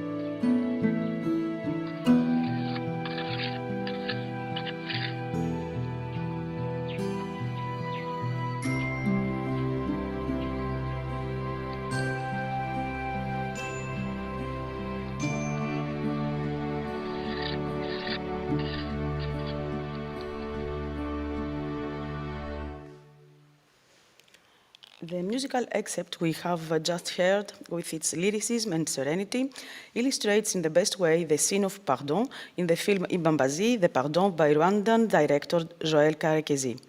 That is to say, it illustrates the scene of the catharsis of the resolution in this dramatic film, which refers to a very real and in no way imaginative contemporary tragedy, the Rwandan genocide.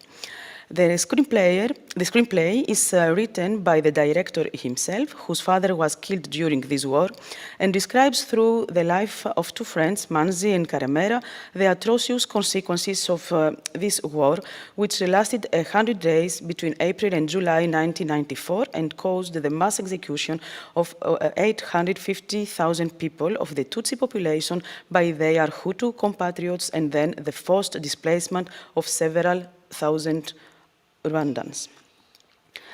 Imbabazi, The Pardon, was shot in 2013, and in the same year was nominated for the Best Political Film Award at the Hamburg Film Festival, the Audience Award, and at the Chicago International Film Festival, as well as the Best Child Actor Award at the Africa Movie Academy Awards, while in 2014 it was honored with the Grand Prix du Nil at the Luxor African Film Festival. The music for the film was entrusted to the Greek composer Ioannis Kourtis, already known or recognized for his film scores and previously honored with various awards. Through this film score, Ioannis Kourtis, even if he does not define himself as a socially engaged artist, he supports the voice of the anti-militarist director Joel Karekezi and the film's music, which can also be interpreted independently of the film, becomes a symbol of struggle and a call for peace. If we have chosen to refer to the music of this particular film, it is only to underline from the beginning the particular sensitivity of the composer vis-à-vis the important socio-political events and their impact on the lives of everyday people. Talking about it through cinematographic art and with the help of film music that transmits to the public today, but also to the future generations, the timeless humanistic ideas of freedom, peace, solidarity, is one of his main artistic concerns.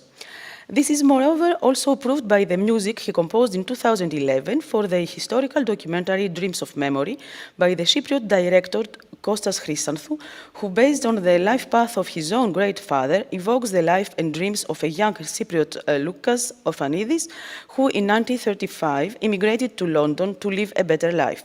But eventually, in 1937, he traveled to Spain and joined the fighters who opposed Franco in the Spanish Civil War, 1936 to 1939.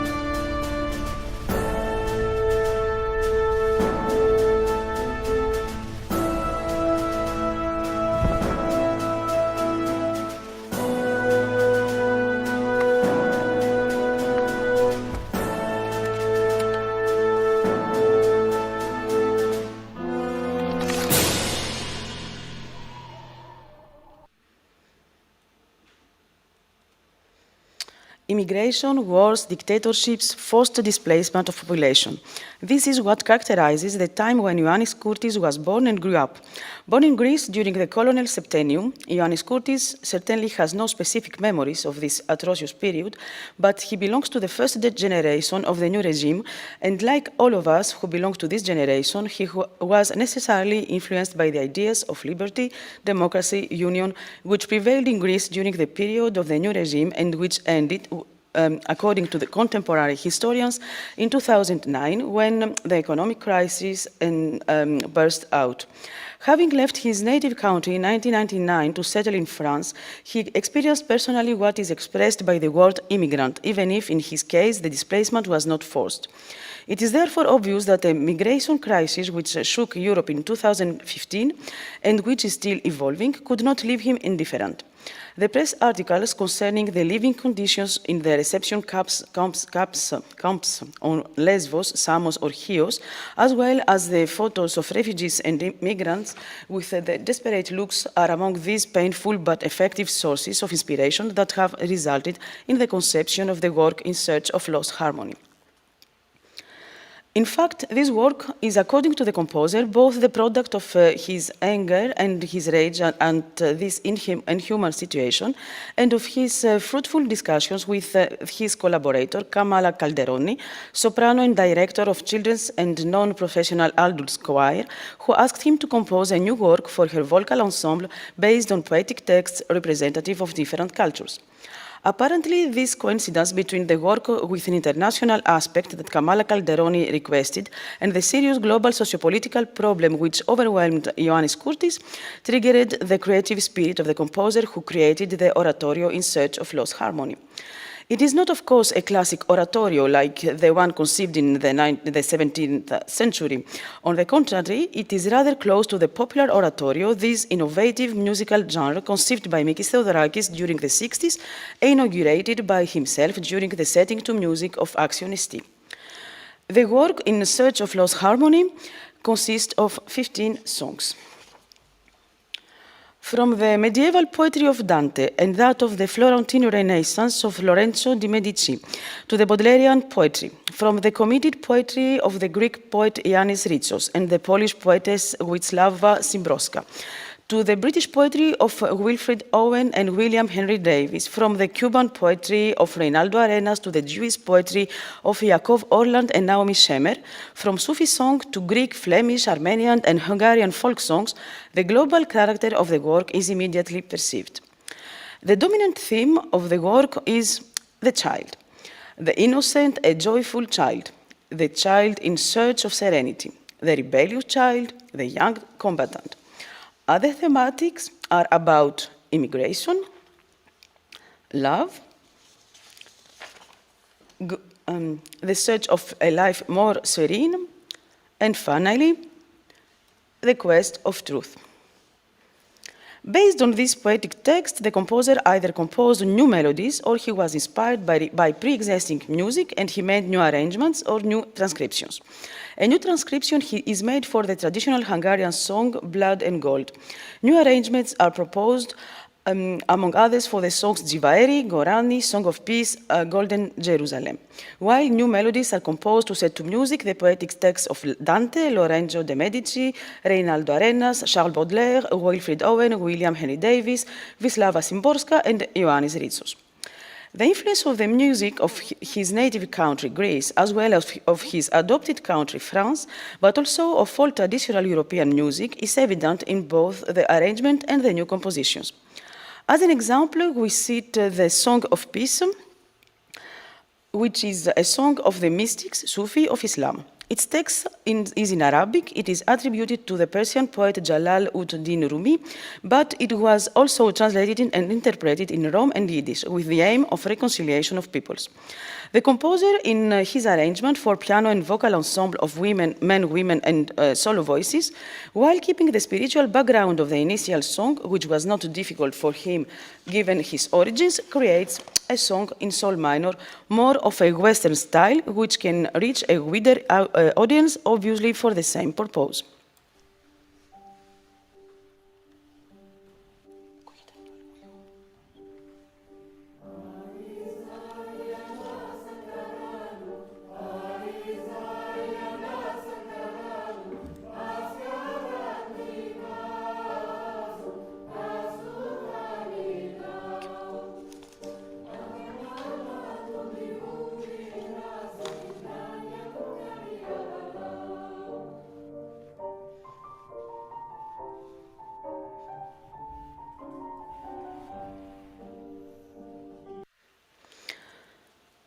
As a whole, the melodies of the oratorio In Search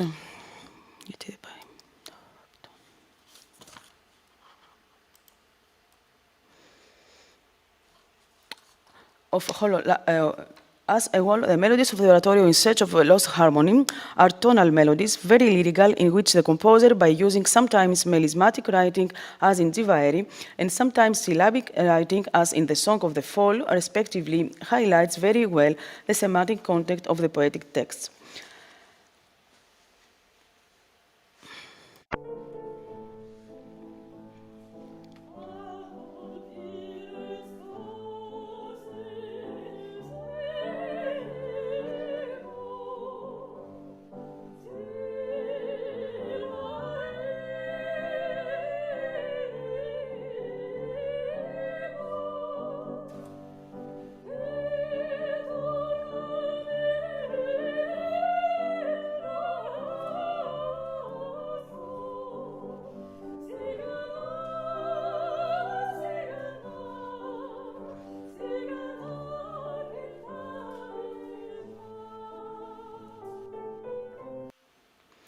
The same syllabic writing is also used in the song Children of Our Age, which is a song with clear political message based on the poetry of Wisława Szymborska. The influence of Kurt Weill's music on the composer is really evident.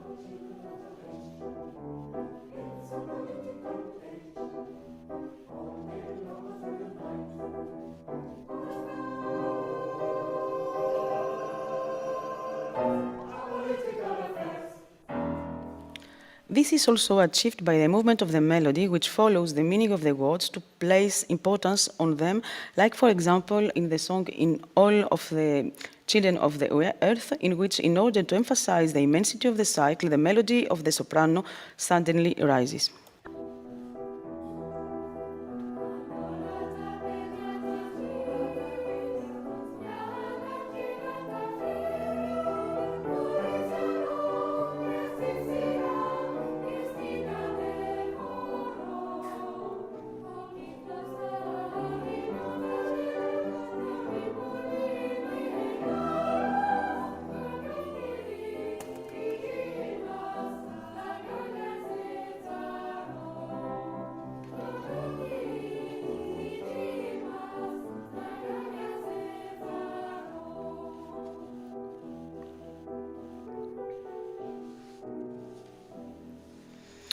In Anthem for Damned Youth for tenor, he stresses the word shrill by putting a high sol dièse.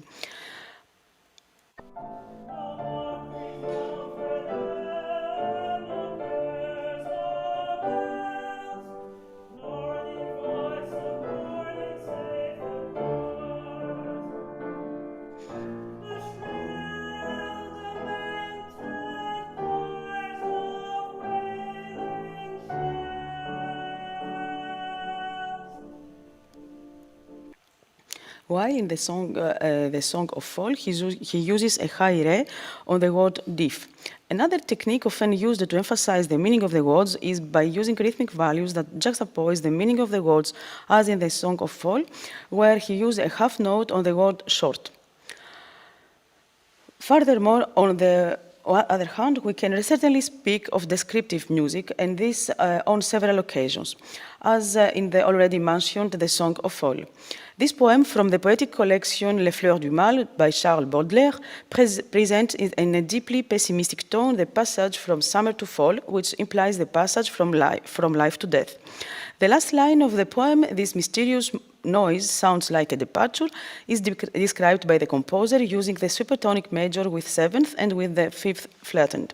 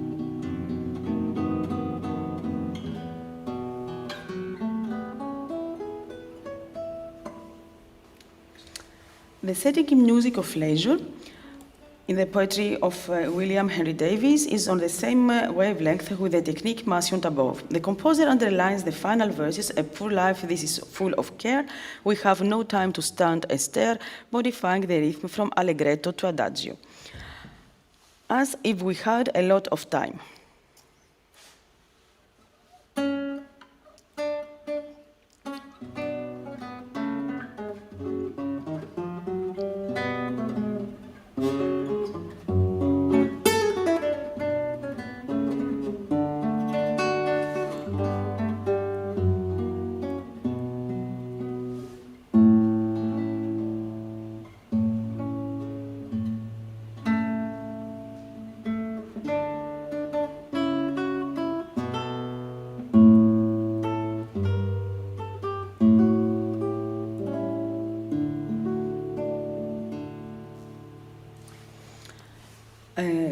For the setting to music of Nino Viejo on the poetry of Reinaldo Arenas, where in order to underline the passage to the terrifying panorama, he modifies the key on Sol minor in Si bemol minor.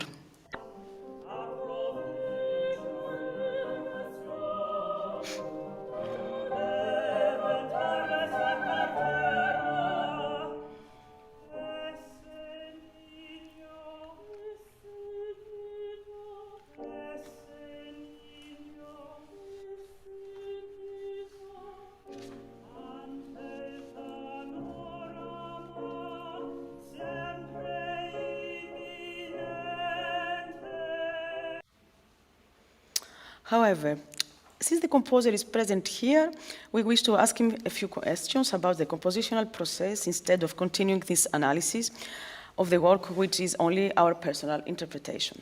So, Mr. Kourtis, I will take the opportunity to ask you very specific questions concerning this work, but also your way of working in general. What are the sources of your inspiration? Poetry, the movies, theater, a novel, a painting, sociopolitical news, important events, or everyday life? My sources of inspiration are diverse. Daily life and how I feel in everyday life is my big part of my sources. In this daily routine, we find almost everything.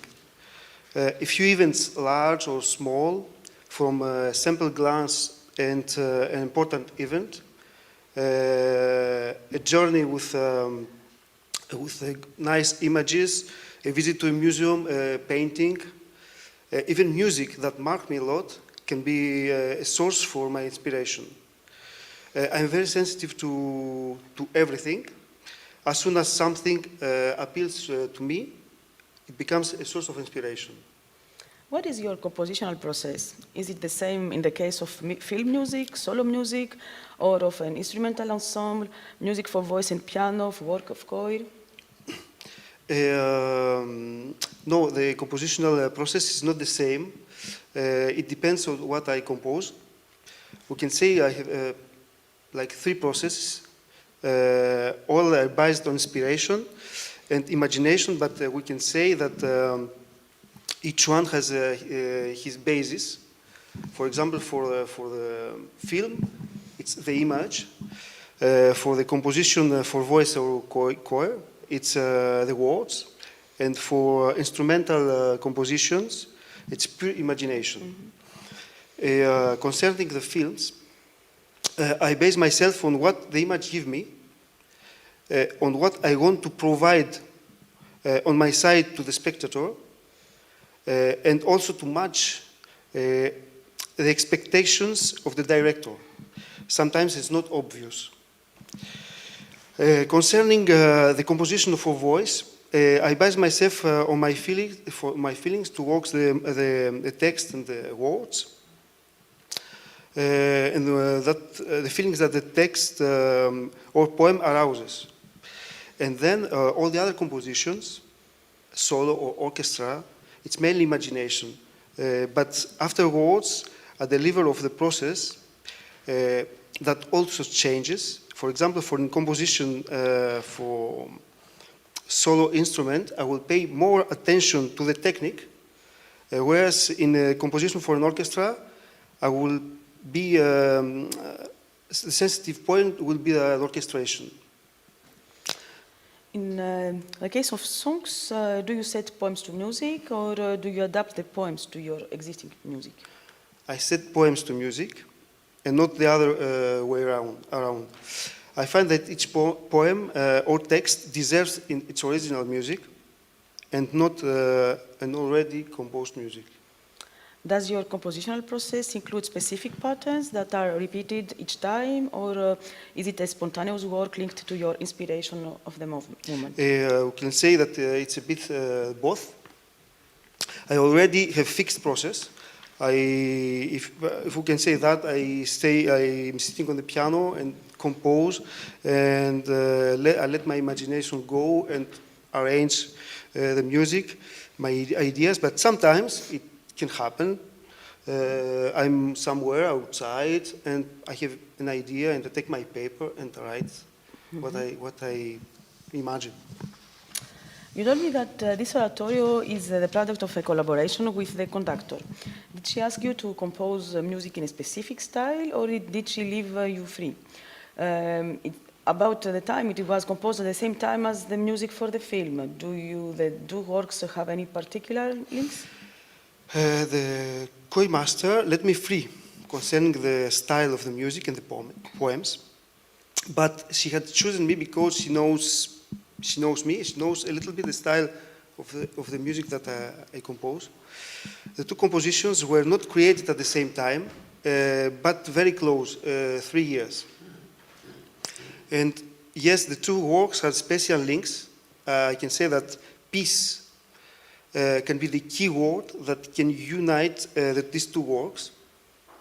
Peace and union, there are these two causes that the film supports, and on the other hand, the whole gathering of poems and around the world, from around the world, shows a desire for union and peace, of course. Misery and poverty are also part of the two works. Mm-hmm. Both works deal with important social phenomena. Are they socially engaged works? What is your opinion on socially engaged art? My two works deal with important social phenomena, yes. But personally, I don't really consider myself a committed artist or composer. Maybe more like an artist who accompanies committed artists. I'm sensitive to the different problems of humanity, and through these artists that I accompany, the director of the film, Imbabazi, the part on one side, and the various poets on the other, I probably put a little touch to their works that are already more or less engaged. For example, the director and friend of mine, Joël Carriquesi, the director of the film, lived through the Rwandan genocide when he was very young, and he saw his father die because of it. His film is a commitment against all that, war and violence, etc. My music obviously supports him, but the artist involved is mainly him. As I said before, I support committed artists by putting their thoughts, paintings, poems, music, on other works at the service of a cause. I find that helps society to move forward, because there are many people who discover or learn through a work, history, what not to do or do, and things that they could not have learned without these works. Mm-hmm. So I will always consider committed artists' role vital for the world to move forward. When you compose, do you take into consideration the musical abilities of the possible performer? It depends who I'm composing for. If I know the performer, yes, I will take into consideration his musical abilities, as for example with composition of Search of the Lost Harmony. I knew that the choir members were non-professionals. And I knew the solo singers and was aware of their abilities, so I acted accordingly. When you compose, do you think of the audience? Are you addressing a specific audience or a large audience? I do not think of the audience or a specific audience, but sometimes it can happen. Once I had a project which has eventually not finished, which I was intended for a very young audience. It was musical accounts. How do you manage the process of the poetic text, which is written in a language that you do not know? I think of the song Jerusalem Shei Zahav. Regarding the language I don't know, I inquire about the text, its translation, its pronunciation, and I ask for help. And from someone who speaks the language. In this way, regarding the Jerusalem Shel Zahav, since it was an arrangement, it was a bit easier because I already had the vocals ready. Mm-hmm. So, to conclude, in view of all the above, we can only conclude that the compositional process is unique to each creator. In the case of Ioannis Kourtis, the process is more emotional than cerebral and depends on the emotional psychological charge of the composer at the time of creation. As far as the work we have studied is concerned, it is obvious that lyricism and authenticity, spirituality and spontaneity coexist, and the work is deemed to be worthy of further exploitation. Thank you for your attention.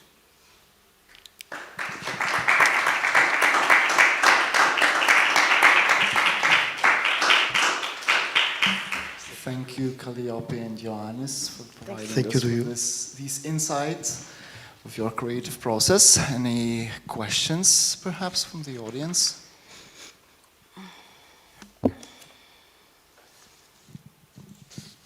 Yeah, Roger, please. This is just a general question about a remark you made at the end, and that's the difference between emotional and cerebral. Sorry? The difference between emotional and cerebral in composition. You must ask the composer.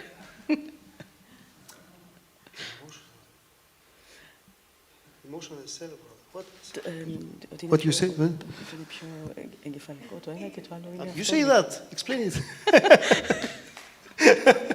I don't know. Emotional. What's the difference? You will.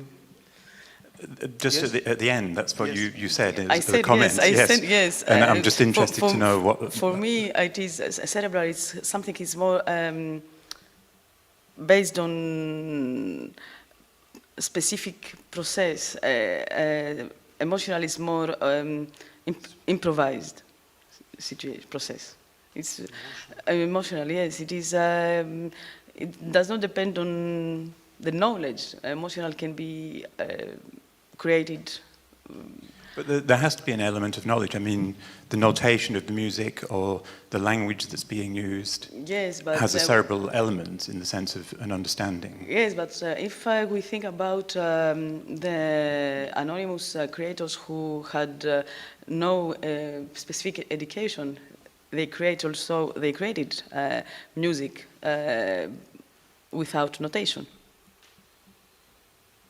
But not necessarily without thought. Sorry? Not necessarily without thought. Thought, yes, but no specific knowledge before. No, but what I mean is that there's a thought process which is cerebral.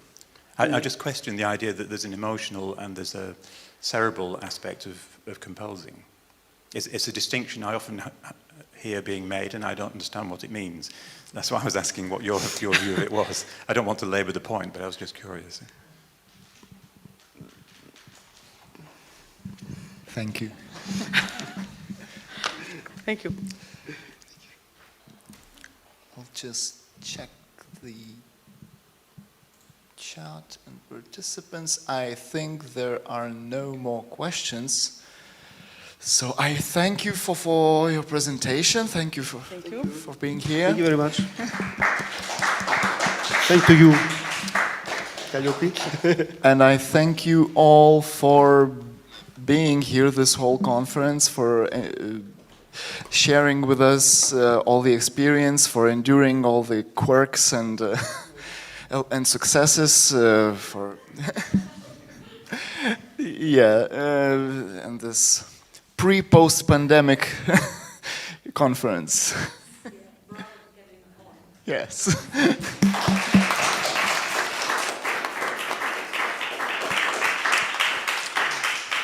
I was informed that our the head of this conference, Professor Ryder, would like to share some thoughts with you.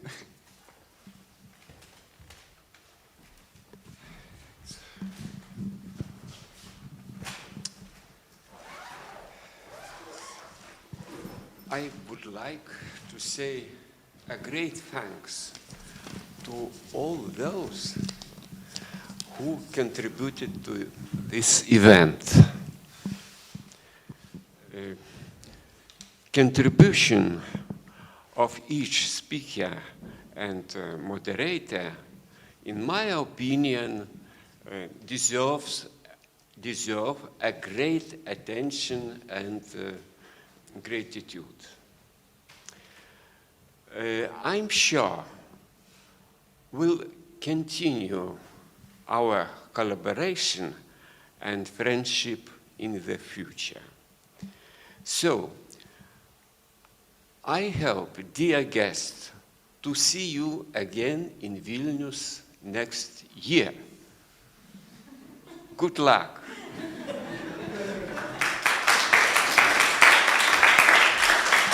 Thank you, Professor. Now I invite you all to the buffet and share some thoughts and feedback about this conference, about anything you have on your mind. Please enjoy your time.